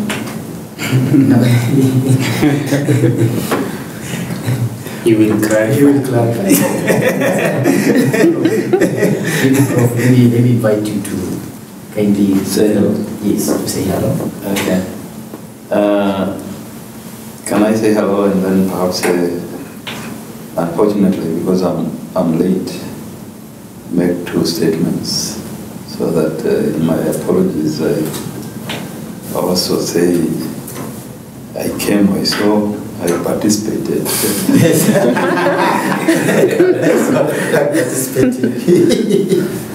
My name is Chacha Nyaigot Chacha. I currently serve as the chairman of the Commission for University Education. I have served in many other organizations and entities. I have been engaged with the youth, I think perhaps throughout my life, first as a young man myself, and participating in a number of other activities of the youth. And then the institutions I have served actually as a leader of university campus colleges. I have served as a leader of higher education loans board, CEO. I have served for 10 years the Inter-University Council for East Africa as the executive secretary. And all these years I have been thinking about the youth. I've been thinking about the challenges that the youth face. Sometimes the definition of who is a youth becomes very complicated because when you find some politicians, including some of you who are here, at what point do you mutate from being a youth, a youthful leader, the leader of the youth, to a leader of everybody? Or does a leader of the youth also serve other people?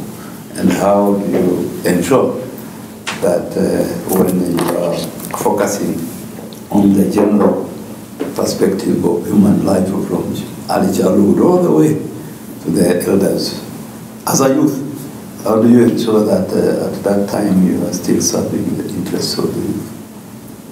Can we, for example, say that the youth have some unique interests and unique challenges which require some specific focus by the youth leadership and by people who are also concerned about the youth? I have just come in the middle of your discussion. I don't know, in terms of timeline, where you are, whether you are about to finish or you are... So the first one took a lot of time. Yes. But then the second one, we want to look at protection, prevention, and partnerships. Okay, so this is where you want to discuss? Yes. Then you wind it up? Wind it up, yeah. Okay, so let me make my statement, and I think I can allow you to continue with the program the way it was arranged. I think the issue here about peace, because this is Peace Week, and you ask yourself, how come we talk about peace everywhere, every day, and we are not peaceful? We don't live in peaceful neighborhoods, we don't live in peaceful communities, we don't live in peaceful countries. There are so many things which happen which undermine peace, including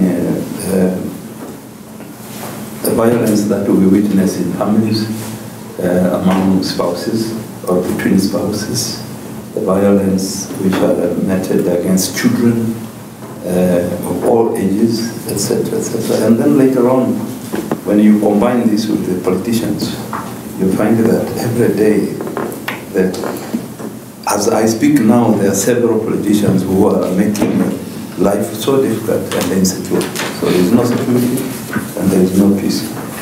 Then you ask yourself, if without peace we cannot have our normal life, what should we do to ensure that there is peace? But you know, when you think about this challenge of insecurity, peace, the youth, children, women, you can realize that some places in the world, and a good example is the Middle East, places in the world where they have never known peace. If you read the Quran or you read the Bible, you find that the communities around that area were continuously and endlessly engaged in wars and battles. They are still doing that. And people who are born in Palestine, for example, you were born knowing that your great-great-grandfather died or was killed, and then your grandfather was killed, your grandmother was jailed, and your father is not even at home, he's either in the battlefront or already killed. So, but you are there. You must live. And I think when you come down to reality, you'll find that while we think that is a very serious problem, we are also surrounded by the same problem. If you look back from the time we were colonized up until now, the struggle is still the same. And then the basic things were we have three enemies.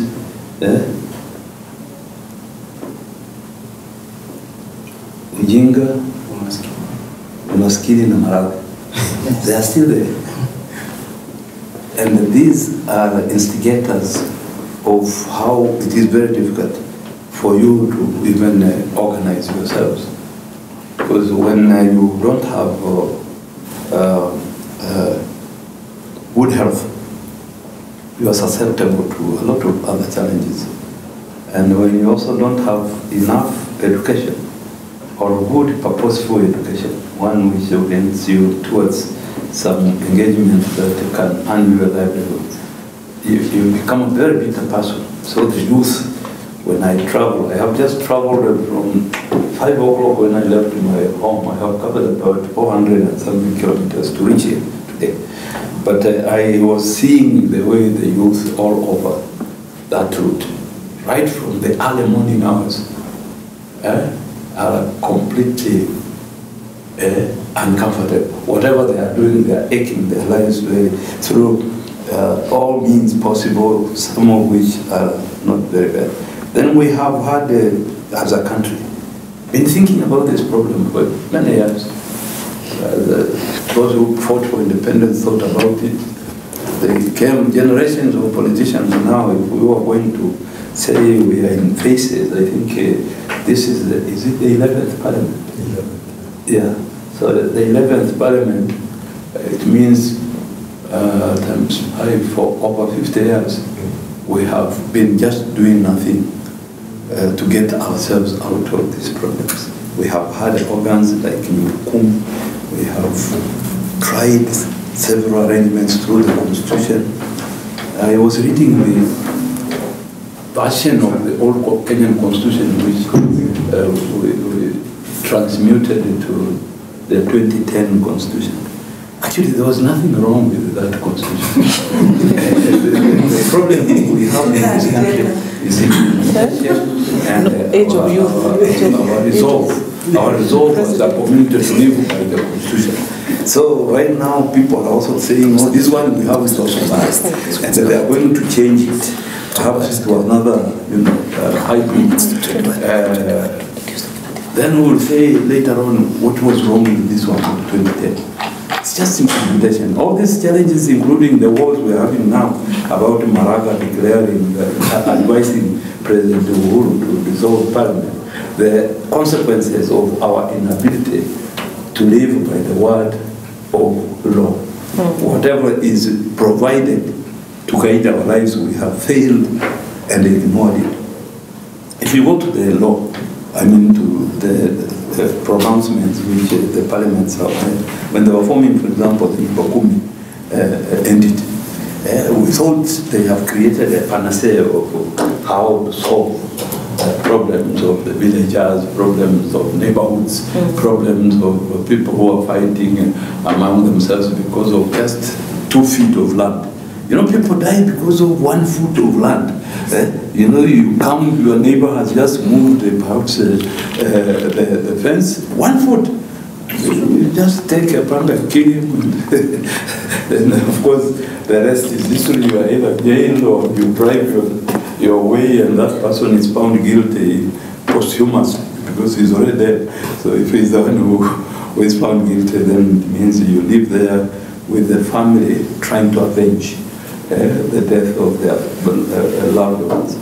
We have tried even the county government, but we miss it because we don't know right now. I was talking to some county officials 3 days ago in my village.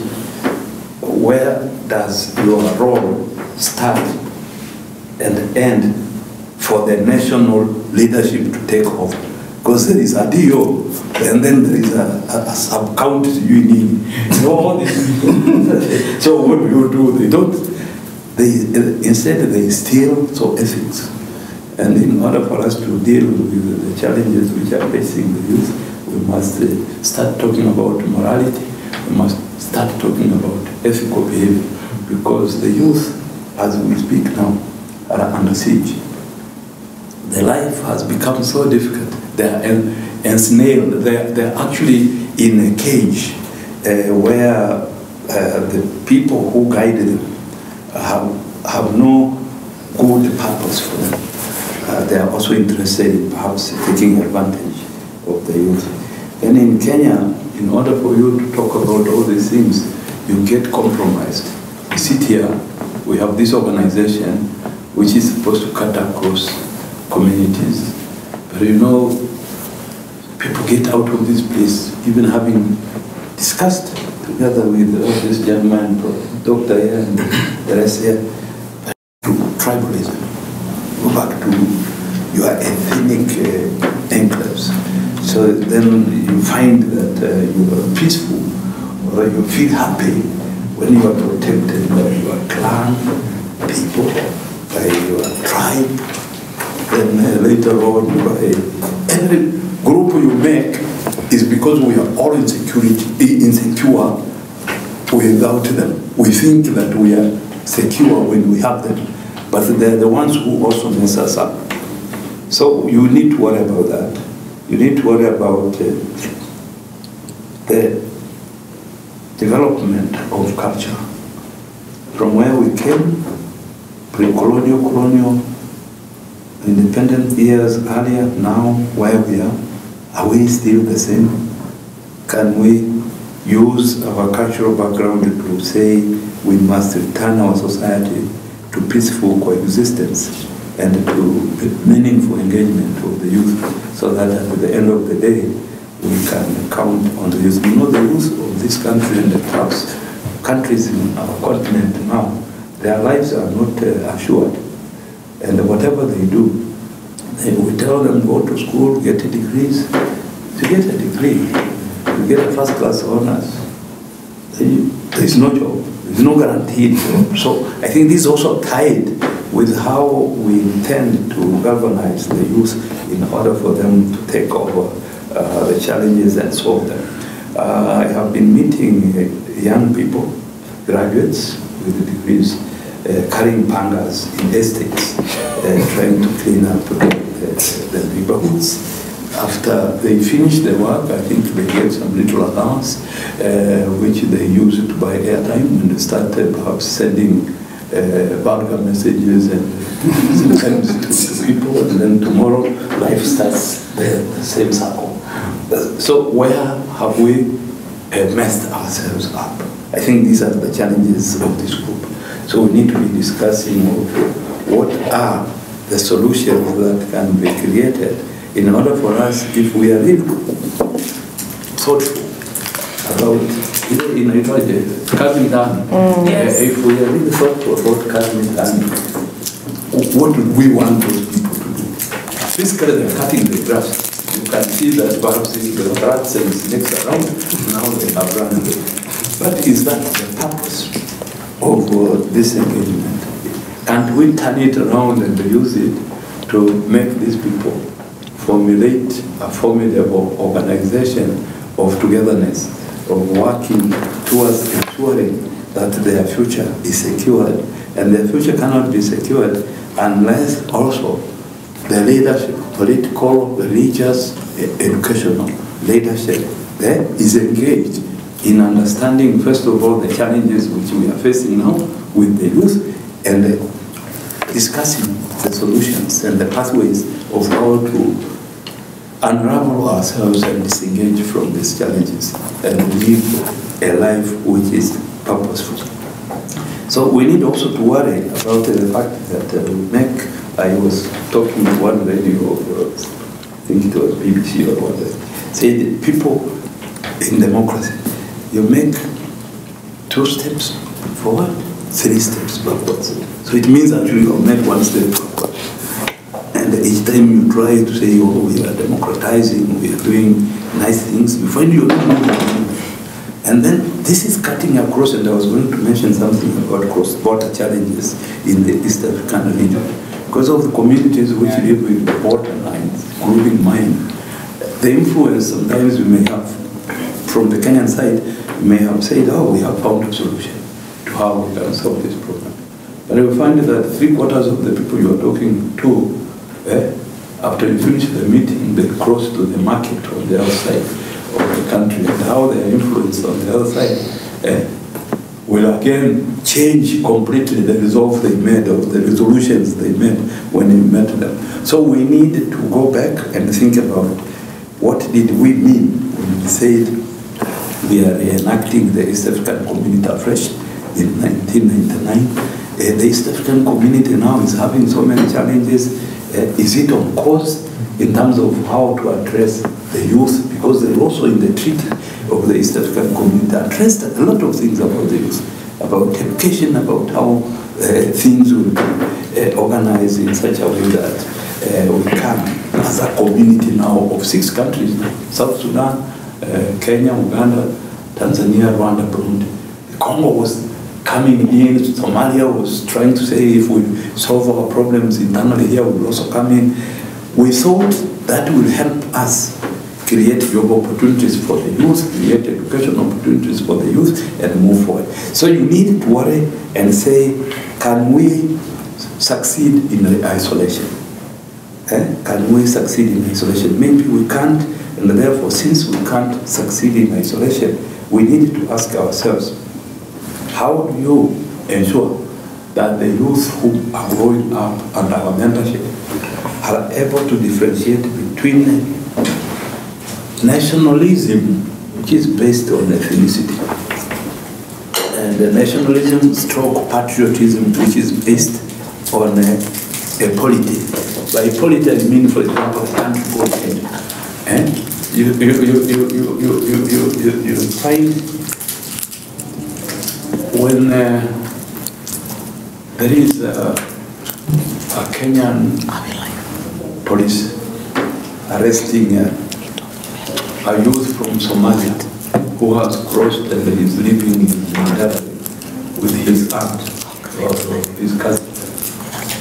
Those people will understand that this person has committed a crime against Kenya as per the Kenyan code, but they will not understand why their cousin should be arrested.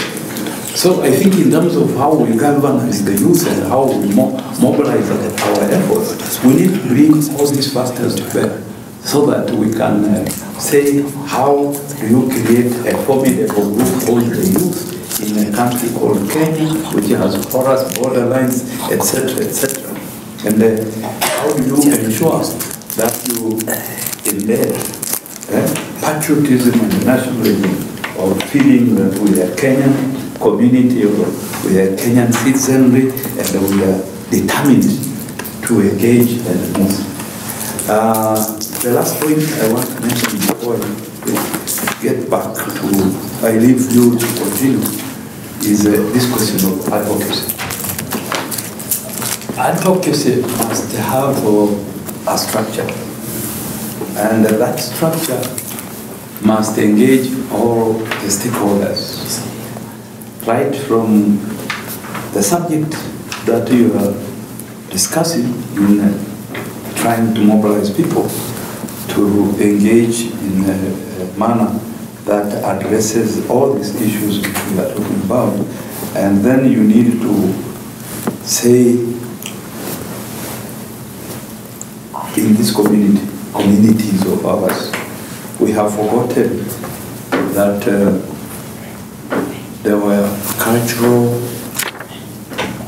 belief systems, and that there were basic tenets of morality which were given to people from early childhood, so that you know how to separate bad behavior from good behavior, which is acceptable to the community. Then there are religions. So some Africans say, okay, before Islam, before Christianity and all these other things, we say, they also used to have their own faith for belief systems which they used to use. Now we have Christianity, we have Islam.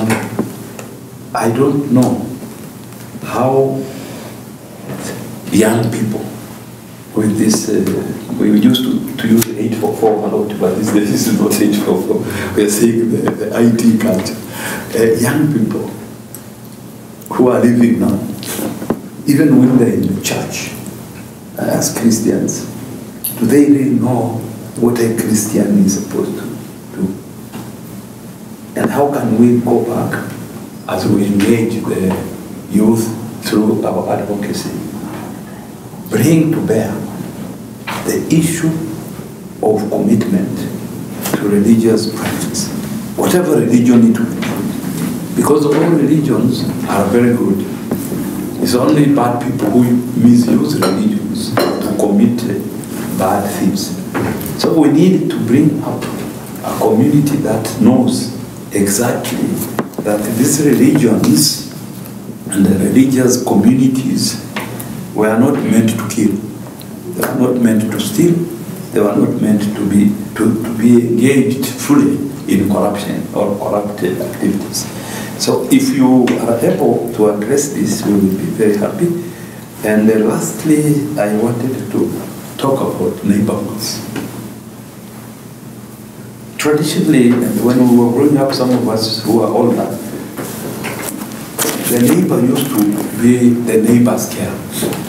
So if you found a neighbor's child going astray, you actually had the right to discipline that child.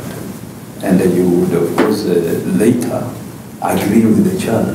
If you never repeat, you will not tell the parents. If you find him a second time, the parents will know, and the parents were more fierce than even the neighbor. So you better be punished by a neighbor for your transgress than waiting until your father or your mother punishes you. Now, can we start going back, reading culture, trying to think about how the communities ensure their survival? Because without that arrangement of taking care of your neighbor's child, I think some communities would have disappeared from the world. Because maybe some children would be burning houses, also, a lot of homesteads would be burnt, because that time was also, most of them were grass thatched or makuti thatched, makuti ya minazi. So my coming here was through your SOS call. I'm happy that I have arrived, and I'm happy that I've been able to speak for a few minutes. I think that is all I wanted to speak. And then wish you all the best in terms of the deliberations, if you want to continue deliberating. And then if you want me to remain briefly, you can tell me to do so. Please remain up to whatever time you can. Okay. But we really want to appreciate you. You're an elder. And all the things you said are true. You're the one who founded HELP. You're the one who is at university, chairman of University Commission. So we're very, very proud of you. And I always gain a lot from you. So what you have really touched, and this is why the first part of our meeting, we took a lot of time with the protection, participation. Because once you understand participation, then it's very easy to engage in protection, prevention, partnerships. And if you listen to Professor very well, what he has really shared is, for example, the whole issue here of protection. So you're looking at the law, the community, how the government can be involved.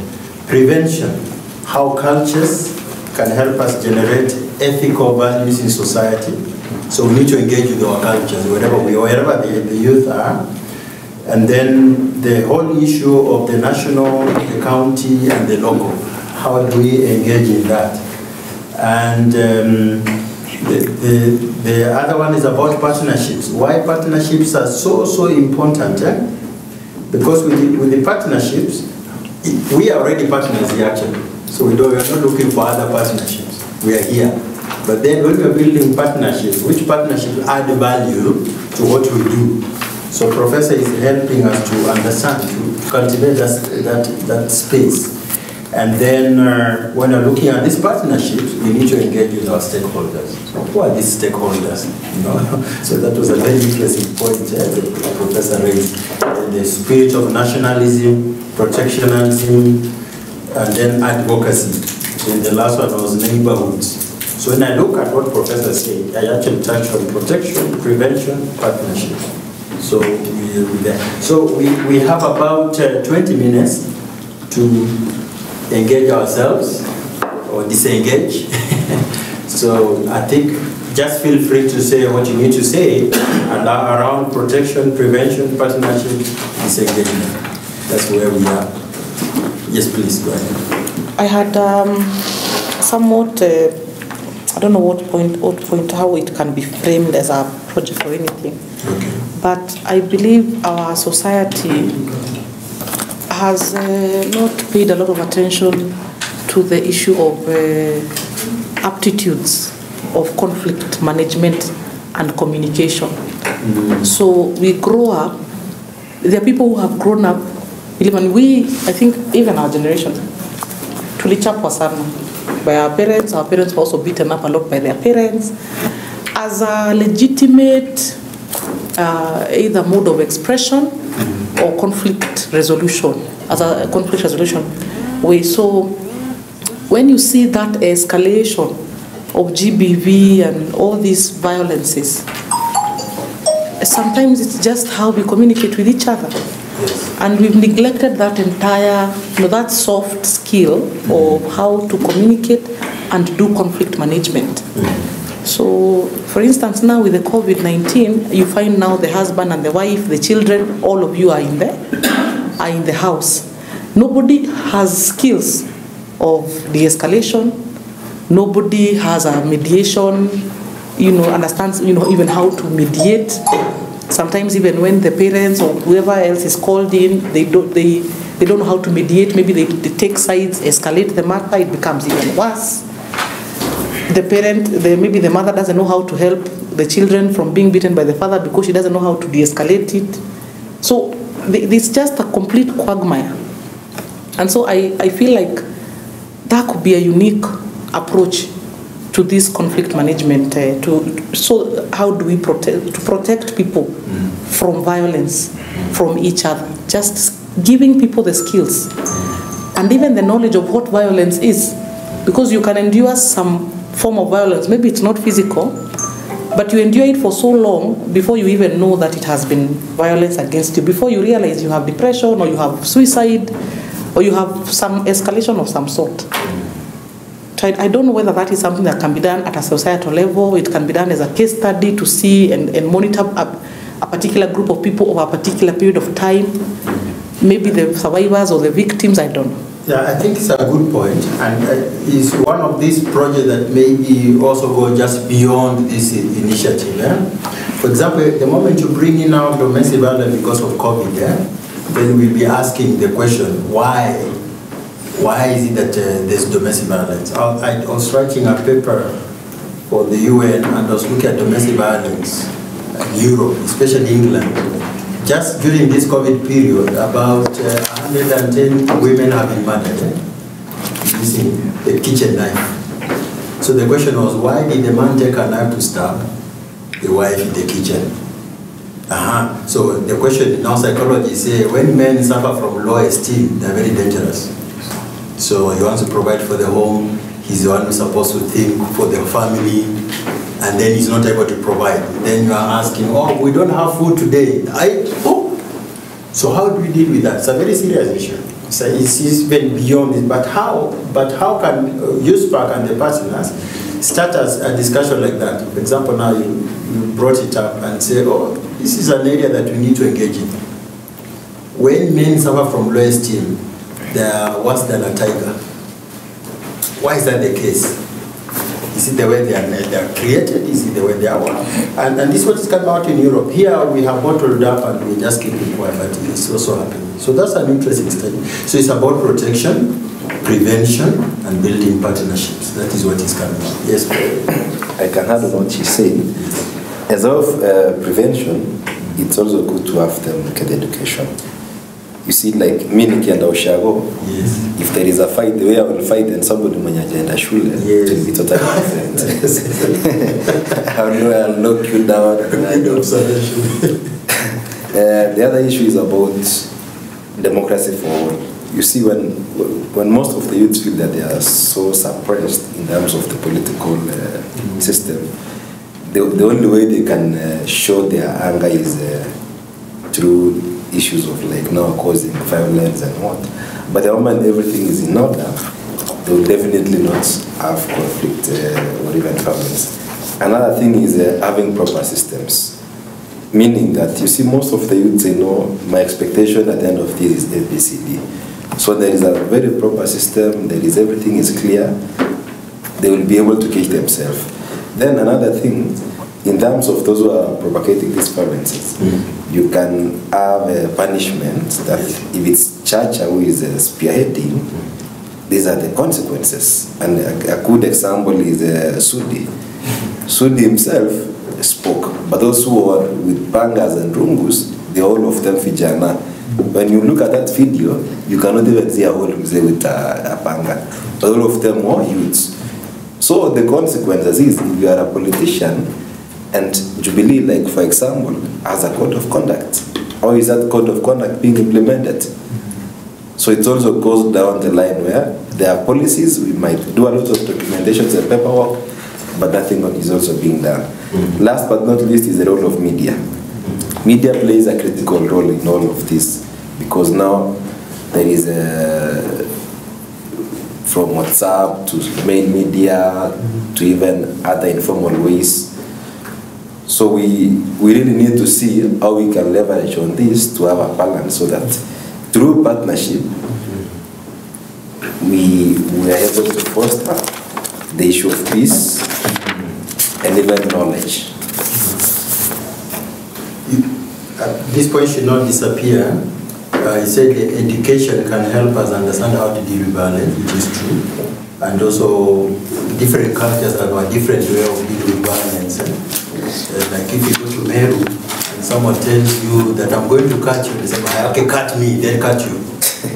Other cultures, you tell them, cut you, they say, but my culture cannot even cut, a woman cannot cut a woman, you know. Others they say, I cannot even fight with a woman, you know. So they walk away. But somebody could easily incite you and say, oh, no. So this is part of the education we are talking about, that we are able to get deeper to understanding where we are without necessarily creating new chaos. Okay, that's what you're emphasizing. Yeah. Okay, very nice. Go ahead. Okay. Just to add on what he pointed out, pertaining an inclusive environment. Yes. We need to really keep pushing on that angle, so that there is an enabling environment for young people to be actively involved in governance and all the other issues, even at the community level. Yes. Because the fact that many young people feel hopeless, there is a high spirit of hopelessness in this country. And the only way we can get rid of that is to ensure that our positions are also involved. There is nothing for us without us. And the moment that slogan is still the order of the day for young people, then we will not go far with peace. Yes, another thing, we need to have a multi-sectoral approach. See, the way you had highlighted the role of the church, the role of community-based organizations, and the role of the government, and also the role of elders and parents. So if we can come up with a multi-sectoral approach towards addressing such issues at the community level, then that's the best way forward to prevent and also to strengthen, in the spirit of strengthening partnerships for multiplying the success. Yeah. That's a good one. Just again, 3 points have come out here. Creating an enabling environment where the youth really know who they are, where they are, who they're dealing with. Yes. And then the whole issue about conflict mechanism, the multi-sectoral approach. Of course, I'm also happy that you use enabling environment rather than empowerment. The two are so different. They are the one who empowers you, yes, so different. And everybody uses that language, because if I empower means I'm giving you power, and I can also take it away from you. So this thing of handouts, what is actually, that's what it is. But creating an enabling environment is where you open somebody to a million possibilities, opportunities, and then people now can select. Actually, this is my speech to the UN this evening. We are going to talk about projects, how young people can participate in projects at the UN level. But then I'm going also to caution them by saying that please let us now reorganize our language and vocabulary. It's very important. Conflict theory is very important.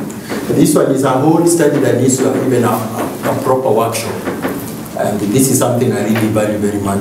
When people ask me to go and teach security and sustainable peace, even one class I was invited, but I taught it in 1 hour, and the semester was finished. Why? Because you mustn't have the theory. The theory of conflict is very simple. It's needs. Whose needs? Now you fill the gap. Interests. Whose interests? Fill the gap. Resources. What resources? Maybe there is money here. If I go to UCSPAK, they'll be paying me a check every day, so I create chaos for church and joy. You know? Resources. Then the issue of power. So needs, interests, resources, power. then there's conflict. Then when there's conflict, what do you do now? Mitigation. Why didn't you stop it before reaching mitigation then? So mitigation is usually the filter. Mitigation is only the arrows pointing back. Let's crush this power, let's crush resources, let's crush interests, let's crush needs. Then we think of all of us rather than one person. So I just wanted to emphasize that, but this point doesn't go out. So when we are writing a project, we know exactly what we are writing about. Madam, please go ahead. Okay, I just want to add on what my colleagues have said. Personally, I believe prevention, it starts with the family itself. The upbringing, how you bring up your children. As you said, in your generations, children were disciplined by the society. If a kid does something wrong, jirani anamchapa. But now in our generation, try to touch someone's daughter or son, utakipata. Yes. See, again, the parents of this generation have become so much into, making money that they forget about their parents. A kid is 2-year-old, taken to a school, anapelekwa kwa shule ama anachiwa nani? House help. Or is taken to a boarding school. We don't even know how this kid is growing. Maybe the kid is being bullied in school, creating that hatred in him. By the time he's done with class 8 or form 4, the child becomes violent. See? Now parents are not being part of their children. Again, comes back to the society itself. There is this culture, like now domestic violence, whereby you said men feel, start getting having low self-esteem because they cannot provide. The society should teach their children that in a marriage or any partnership, there should be that, both genders should contribute. Yes. Like for instance, in Islam, we are taught that it's a man who is supposed to provide. But now, since the things are changing and the generations, are changing, we should be told that it is okay for a woman to provide without her demeaning her husband or her partner. And it is okay for a man to be unable to provide without him feeling like he's useless or something. And to what we are going to, it is just fine. Just normalize it. Both parties being, one when doing something. Again, comes back into the elders. The elders should maybe stop this thing of to encourage. When something happens, maybe a man and wife fight, maybe the guy stabs the wife. Yes. Mwanamke anaambiwa, you are a woman. Unafaa kuvumilia hii maneno. You see, ama you're told, so this guy is from the tribe, hii story, wachana nayo tu. Now mtu anajua tu at the end of the day, he will be supported.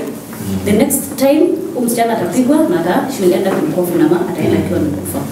So basically all these things trickle down to the family upbringing and the elders and Very important point, and we don't want to lose this, the psychology of growth. Children are growing up, and they say, I think it's with the age of 1 and 2 is very important. Then 3, 5, 6, 7, 8. So when the kid reaches 8, they will start telling, Mommy, I don't want you to bathe me. But you see, they have grown up being bathed by the house girl or whatever. So how do you deal with that? So the grow up is only manifested in the age of 20 to 30. That's when now you see how the child grow up, where they are, how violent they are, how angry they are. You tell them to do something and they're knocking their legs and throwing their backs down and they're very angry. Then you ask yourself, oh, maybe this kid is angry emotionally. And when you go deeper inside, this kid is very angry. And these are the kids who look for outplays outside. So there's a psychology of growth, and then of course both the genders. That's a big one now. That's a cultural issue, and that's something now we can call on the education, Ministry of Education, to help us. That all schools in Kenya need to understand that men and women can provide for the family. But the imbalance is also very huge. That also maybe the women need to be educated on. Earning 40,000, and the woman is earning 800,000. So who should be the breadwinner of the home? And so there's a big issue, big debate now in Kenya, I think maybe for another time, where now this man cannot match the money. And just last week, a friend of mine's wife lost that kind of a job. Now they have come back to 40,000. Now the big issue is the tension in the family. So how do we deal with these issues? This is one of the projects that we need to look at with maybe psychologists to help us really gel together this. And one person I really found is an expert in this is Selva, both of us know Selva from Sahara. So it's a kind of a workshop, leaders workshop. This one is beyond just putting a project together.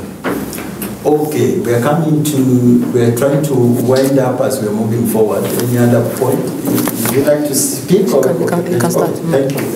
Please go ahead. Okay. Probably just to say, I think it's an interesting engagement for me. One of the things that I am trying to push for, and one that I have done is I'm pushing for a motion that I call that establishes an unemployment insurance fund. Okay. So my biggest motivation is the rate of job losses within this period of COVID. So post-COVID, what solutions are we providing?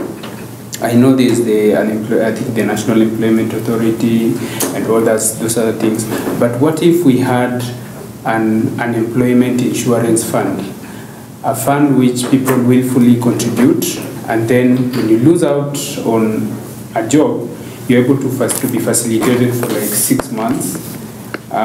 So yesterday there was a news clip that was running, I think on Citizen or KTN, that showed the amount of people that have actually withdrawn their NSSF contributions.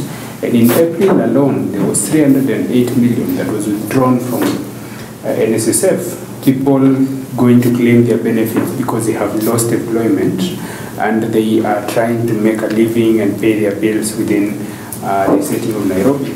So I am proposing that there is an establishment of an insurance fund that shall be called a national, an unemployment insurance fund that will then take care of the social challenges and economic challenges when someone loses out on employment. And it can be treated like NSSF and other form of contribution.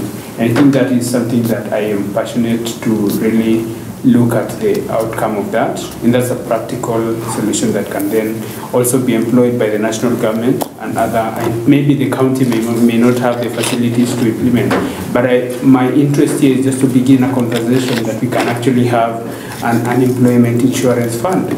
We have looked at the youth fund and the biashara funds, but then when someone loses out, when someone is employed, very few people actually go to look for youth funds and others.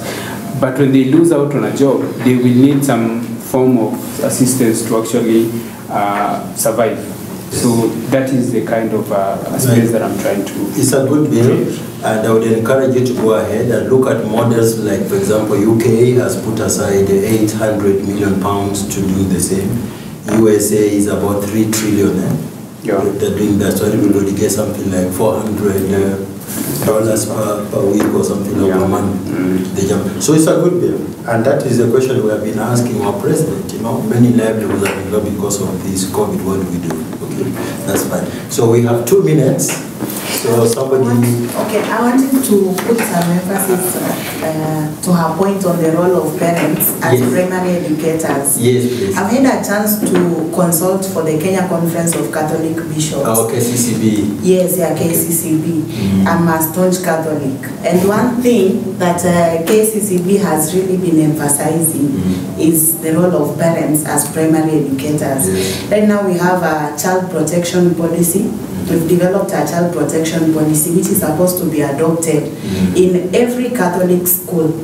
So that child protection policy provides for child protection officers in every school, and it also provides for a program, a regular program that seeks to sensitize parents on the rights of the children and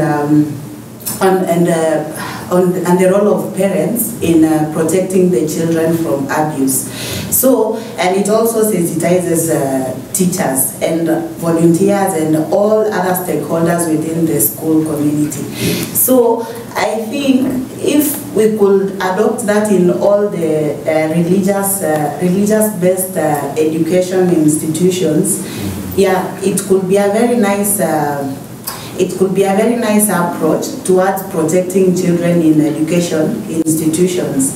And then also, as UCSPAK, you could take that up to engage the religious-based institutions, and also even the other. You can buy from maybe what we are doing in the Catholic education, and replicate it in the other education institutions, which is very much good, because we are putting parents as the main educators. When we do admission in Catholic Church, you don't admit only a pupil. There are some schools who never even care. You can have a pupil from pre-primary up to class 8, and some teachers don't even know who the parent of that child is. But for Catholic education institution, they admit the parent, they take the parents through a program on child protection, and they ensure that there is proper monitoring systems and reporting systems for children who have been abused in schools. Okay.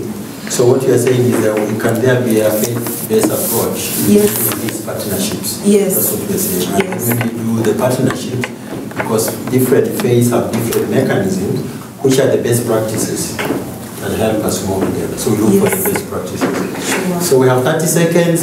You're burning to say something. Please say. I am, because I think there's a point here we've not really maybe expressed ourselves on the issue of armed conflict. Yes.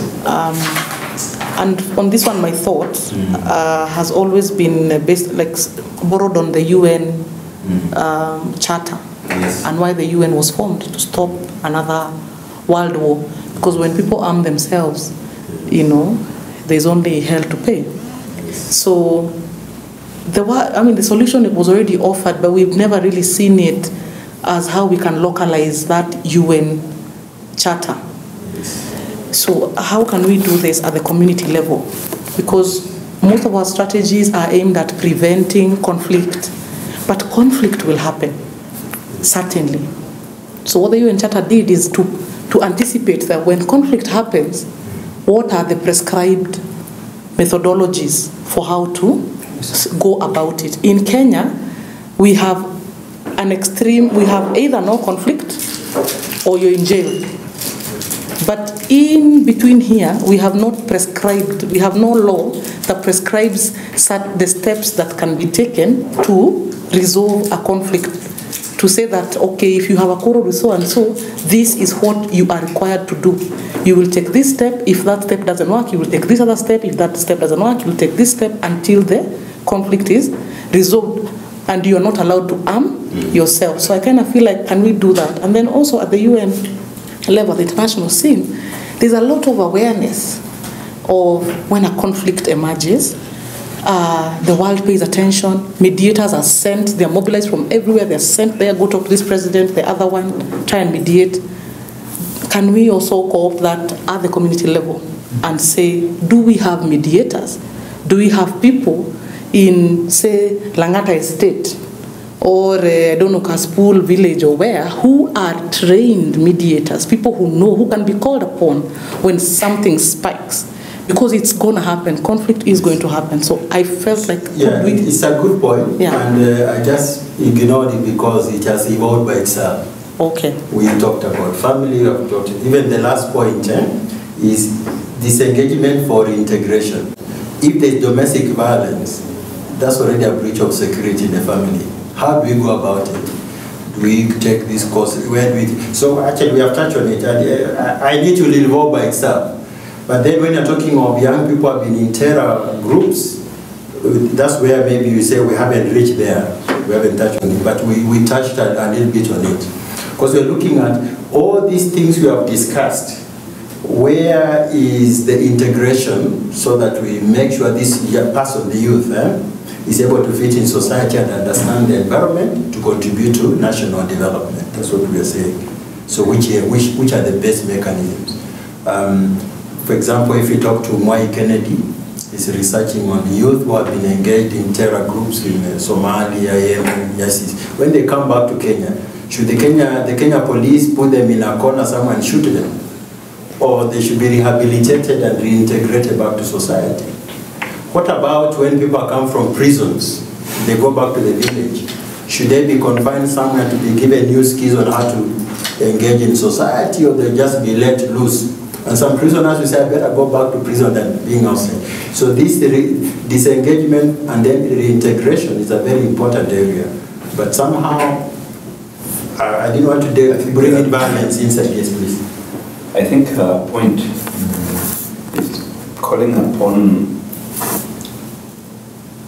ourselves and those who are engaged in this business. Think about, even when we say we have created a methodology or an organization or a system that can help resolve those conflicts. How do people engaged in conflicts, including access those places or those people, if it is a group of people? Because if I am at war with my neighbor here, he can go to police and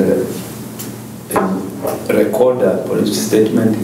There is an OB, occurrence book, where they record. The police can even drive or come and arrest me. But we are not using that route ourselves as we talk about several methodologies of how to minimize conflicts. And if our initiative is to create groups or to create entities that can support the element of peace, living in secure neighborhoods, then if there are such organizations, including some religious organizations, of course, have groups which meet in the church compound and whatever. But how do we make sure that when I have a conflict with this person, I'm a villager in Chwele or wherever, and that I know that within the vicinity of Chwele, I can access such an organized system where my matter can be addressed, and the two of us brought together either to be counseled or to be supported in how to resolve the problems, or to be warned and shown the best way to solve the problem. Yeah. So, ladies and gentlemen, because of time, I just want to stop here and hand over to the chair of UCSPAK to conclude the session. But I found it very interesting, and I hope we can continue engaging. And for me, I'm always available if you ask me to. This is what I do. And on Saturdays, I have seminars with our PhD students, and we engage ourselves for 3 hours. This is what I do all the time. So I love doing it. So I really thank you, UCSPAK, for inviting me here today. And I thank our elder. We still have our cup of coffee to have. Several cups. We have listened because of the COVID. We are not meet every Friday. So I hand over to you. Thank you so much for the time. One, before maybe we can conclude, Professor here is the chair, is the board chair, and I lead the secretariat, I'm the executive director. There is that rearrangement that we did where now UCSPAK has a board of trustees, which Prof is the chair. I lead the secretariat, and I'm also the secretary of the board of trustees. But maybe before we proceed, because the chair came in a bit late, and he doesn't know who is in the house, I feel like it would be prudent to just briefly say your name and the organization that you come from, or maybe the position that you serve. Maybe I can begin from, yes, let me begin from the other. Yes. Yeah, my name is Joel. I lead the programs and operations for universities and colleges, the Peace Association of Kenya. Okay, my name is Abdul Mordel, Secretary General, Gospel Society of Kenya, and I'm a member of UCSPAK. My name is Faith Nora Lukosi. I'm a member of the National Youth Council, and I also consult for the National Youth Council on issues of policy and advocacy. Thank you. I'm Ivan Kwech, representing Political Parties Liaison Committee, the youth program. by professions, because naona kuna professor, I'm a land surveyor. I also serve as a chair for young surveyors at the Institution of Surveyors of Kenya. So ukiwa na shida ya shamba na niona kando. Iko nyingi. He's also a secretary general of a political party. Yeah, I do run a political party, and I also work for Peter Kenneth. So I have so many things. You're a gig work. My name is Lydia Bathia. I work in the Ministry of Public Service, Youth and Gender Affairs as an advisor to the minister. I must say, your passion and clarity on youth, and it's very impressive to see an advocate at your level, of experience. I think all of us, it's very surprising and also very encouraging. Yeah. So we feel like you get it. You're the right chair for UCSPAK. I'm Imo Achila. We actually met in 2018. I know you can hardly remember. But I'm currently working at National Youth Council in the Communications Department. We met when I was working at Management University of Africa, when you chaired our graduation, when you were the guest of honor. Yes, in 2018. Yes. You were graduating that time? I was working there. And when Dr. Leting was the Vice Chancellor. Yes. Mbuko Kabira is my name. I work with the County Assembly of Nairobi. I am an MCA, but I have a professional life. Yeah, I think your reputation precedes you. When I used to, in KU, people used to say there's a guy who used to be called Chacha, who used to give them money. Now at least I get to meet the person who used to give them money. It's a great honor. And I'm still a student at KU. I am doing my second master's degree in biotechnology. Okay. Yeah.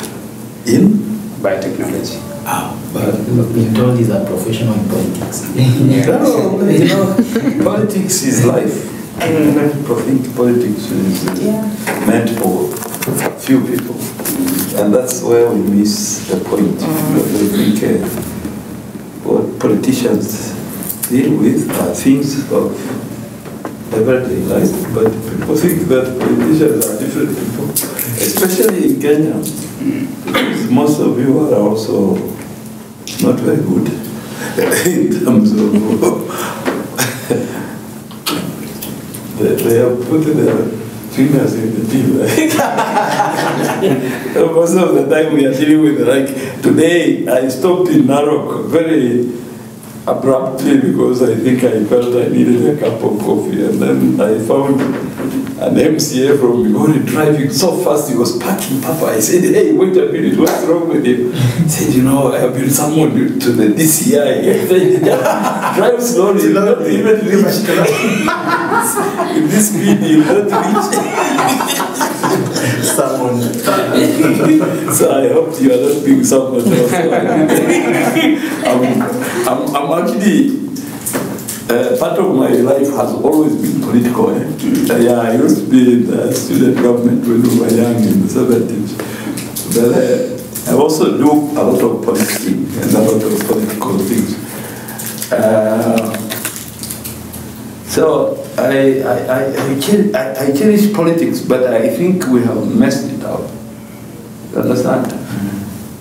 One, every politician believes that it is only his or her party that is important. So they have failed to appreciate what democracy means. Because if we only focus on one party, then we can't be democratic. We automatically give way to the leadership to become dictatorial, because then they'll be ordering us to think it's like it all, and if you don't think it's like you're beaten up. So I wish you well. I wish everybody here well. Marim, you know that just like that film said, we have many miles to go and promises to keep before we sleep. On our part, we have so many issues that we need to engage and continue, including the Tangazo issue. And for all of you, see, the inspiration I get by seeing your you in this meeting and several other places I have met some of you, is that the future is secure. We only need to continue engaging in the discourse. Because I think it's very easy to give up.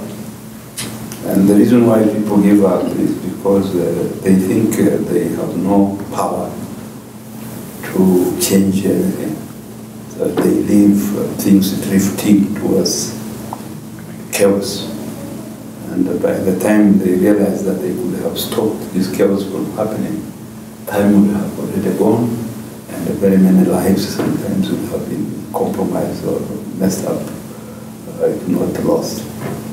So we feel happy when we meet here, and I'm sorry that I should have spoken at the beginning, but I came midway, you gave me time, I made my remarks. I'm looking forward to the full engagement of our board as well as yourselves on matters of this nature and how we can bring it out. I think advocacy means also that you must publicize. So there must be advocacy and publicity. When you communication, somebody will say communication. When you're talking about things that need to be done to secure the space for the youth, in terms of peace, security, and even development, then we need also, whenever we engage in our discourse, we need to publicize and communicate it out to everybody in this country and beyond to know that we exist. And that the reason why we exist is because we are concerned about the youth and would like to create opportunities for youth to discuss their problems, but at the same time, we should not end at just discussing, which is what everybody does. All these parliaments, we are on 11th. If you call people to account, when I worked in Kampala, I used to tell the vice chancellors I was responsible for all vice chancellors in these 6 countries. And most of them will resolve, they don't go to implement. But the resolution had said each university should do ABC. We come back 3 months later in a board meeting or in a meeting of sectoral focus, and they're asking the same questions they asked 3 months ago. So I used to tell them, you know, this is the unfortunate bane of this continent of Africa. Even educated, highly educated individuals, including individuals who have gone to the best universities in the world. You know, if you take stock, you are still a university student. If you go to KU and call for the information about all the lecturers where they went to school, you will find that some have gone to Harvard, others East Anglia, Cambridge, York, Brisbane, all over the world. An array of individuals who should know how to address things professionally. But you find we're still doing the same things. Shortchanging students, for example, not giving them marks. Sometimes giving marks of Jane Karanja to Jane Kennedy.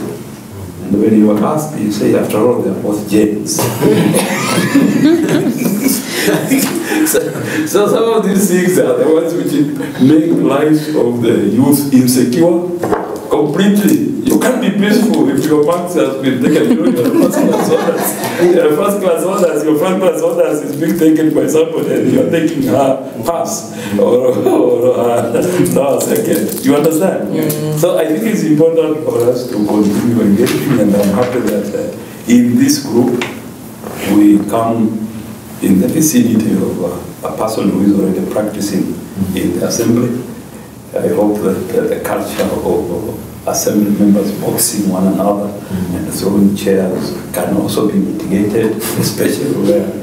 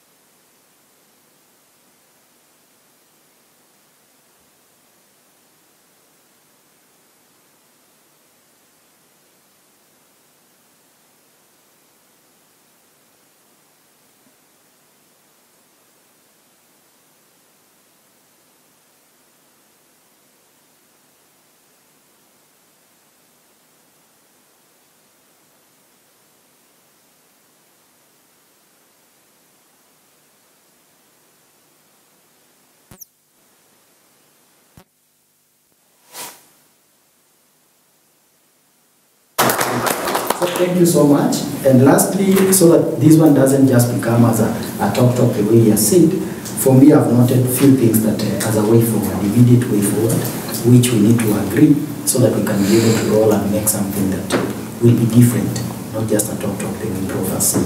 So the first thing that after this what we want to do is to develop a multi-sectoral program approach toward implementation of this resolution 250.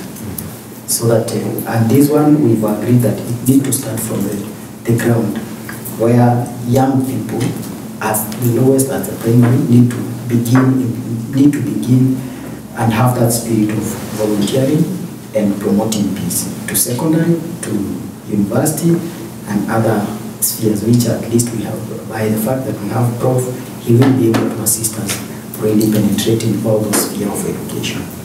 The second thing that we need to do after now developing that, we need to lobby for adoption from the highest level. For example, if it's the ministry, we need even the CS to really adopt this resolution and the multi-sectoral that we have approached, if it's the political party, if it's the institutions of higher learning, so that it, first of all, it can be accepted from the highest level going down.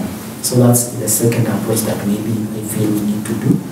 Then thirdly is now, we also need to map relevant actors who might not be here, but we feel will really assist in the implementation of this resolution.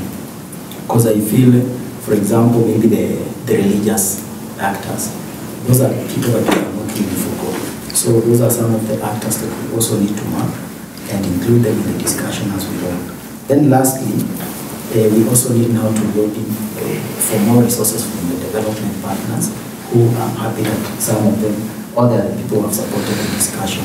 Then from there, I'm 100% sure that other things will be able to unfold. I don't know if all of you agree with those as some of the way forward. We agree. Thank you so much. I really appreciate it. Maybe somebody can close with a word of prayer. And this one I'm told need to be from a different day. Yes, because men who are Muslim, women Christian. What happens? Now we can shift it to the other side. This is the side that we can nominate.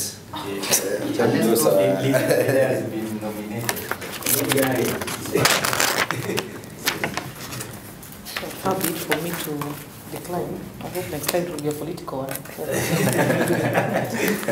Let us pray. We thank you, Father, for this time, for allowing us the opportunity to express ourselves on these important issues. We thank you for Prof and Prof for giving them the time, the energy, and the heart to work with young people and guide our thinking, to guide UCSPAK and the team that works at UCSPAK to do the good work that they are doing. We thank you for UCSPAK. We thank you for their leaders. We thank you for the Secretariat.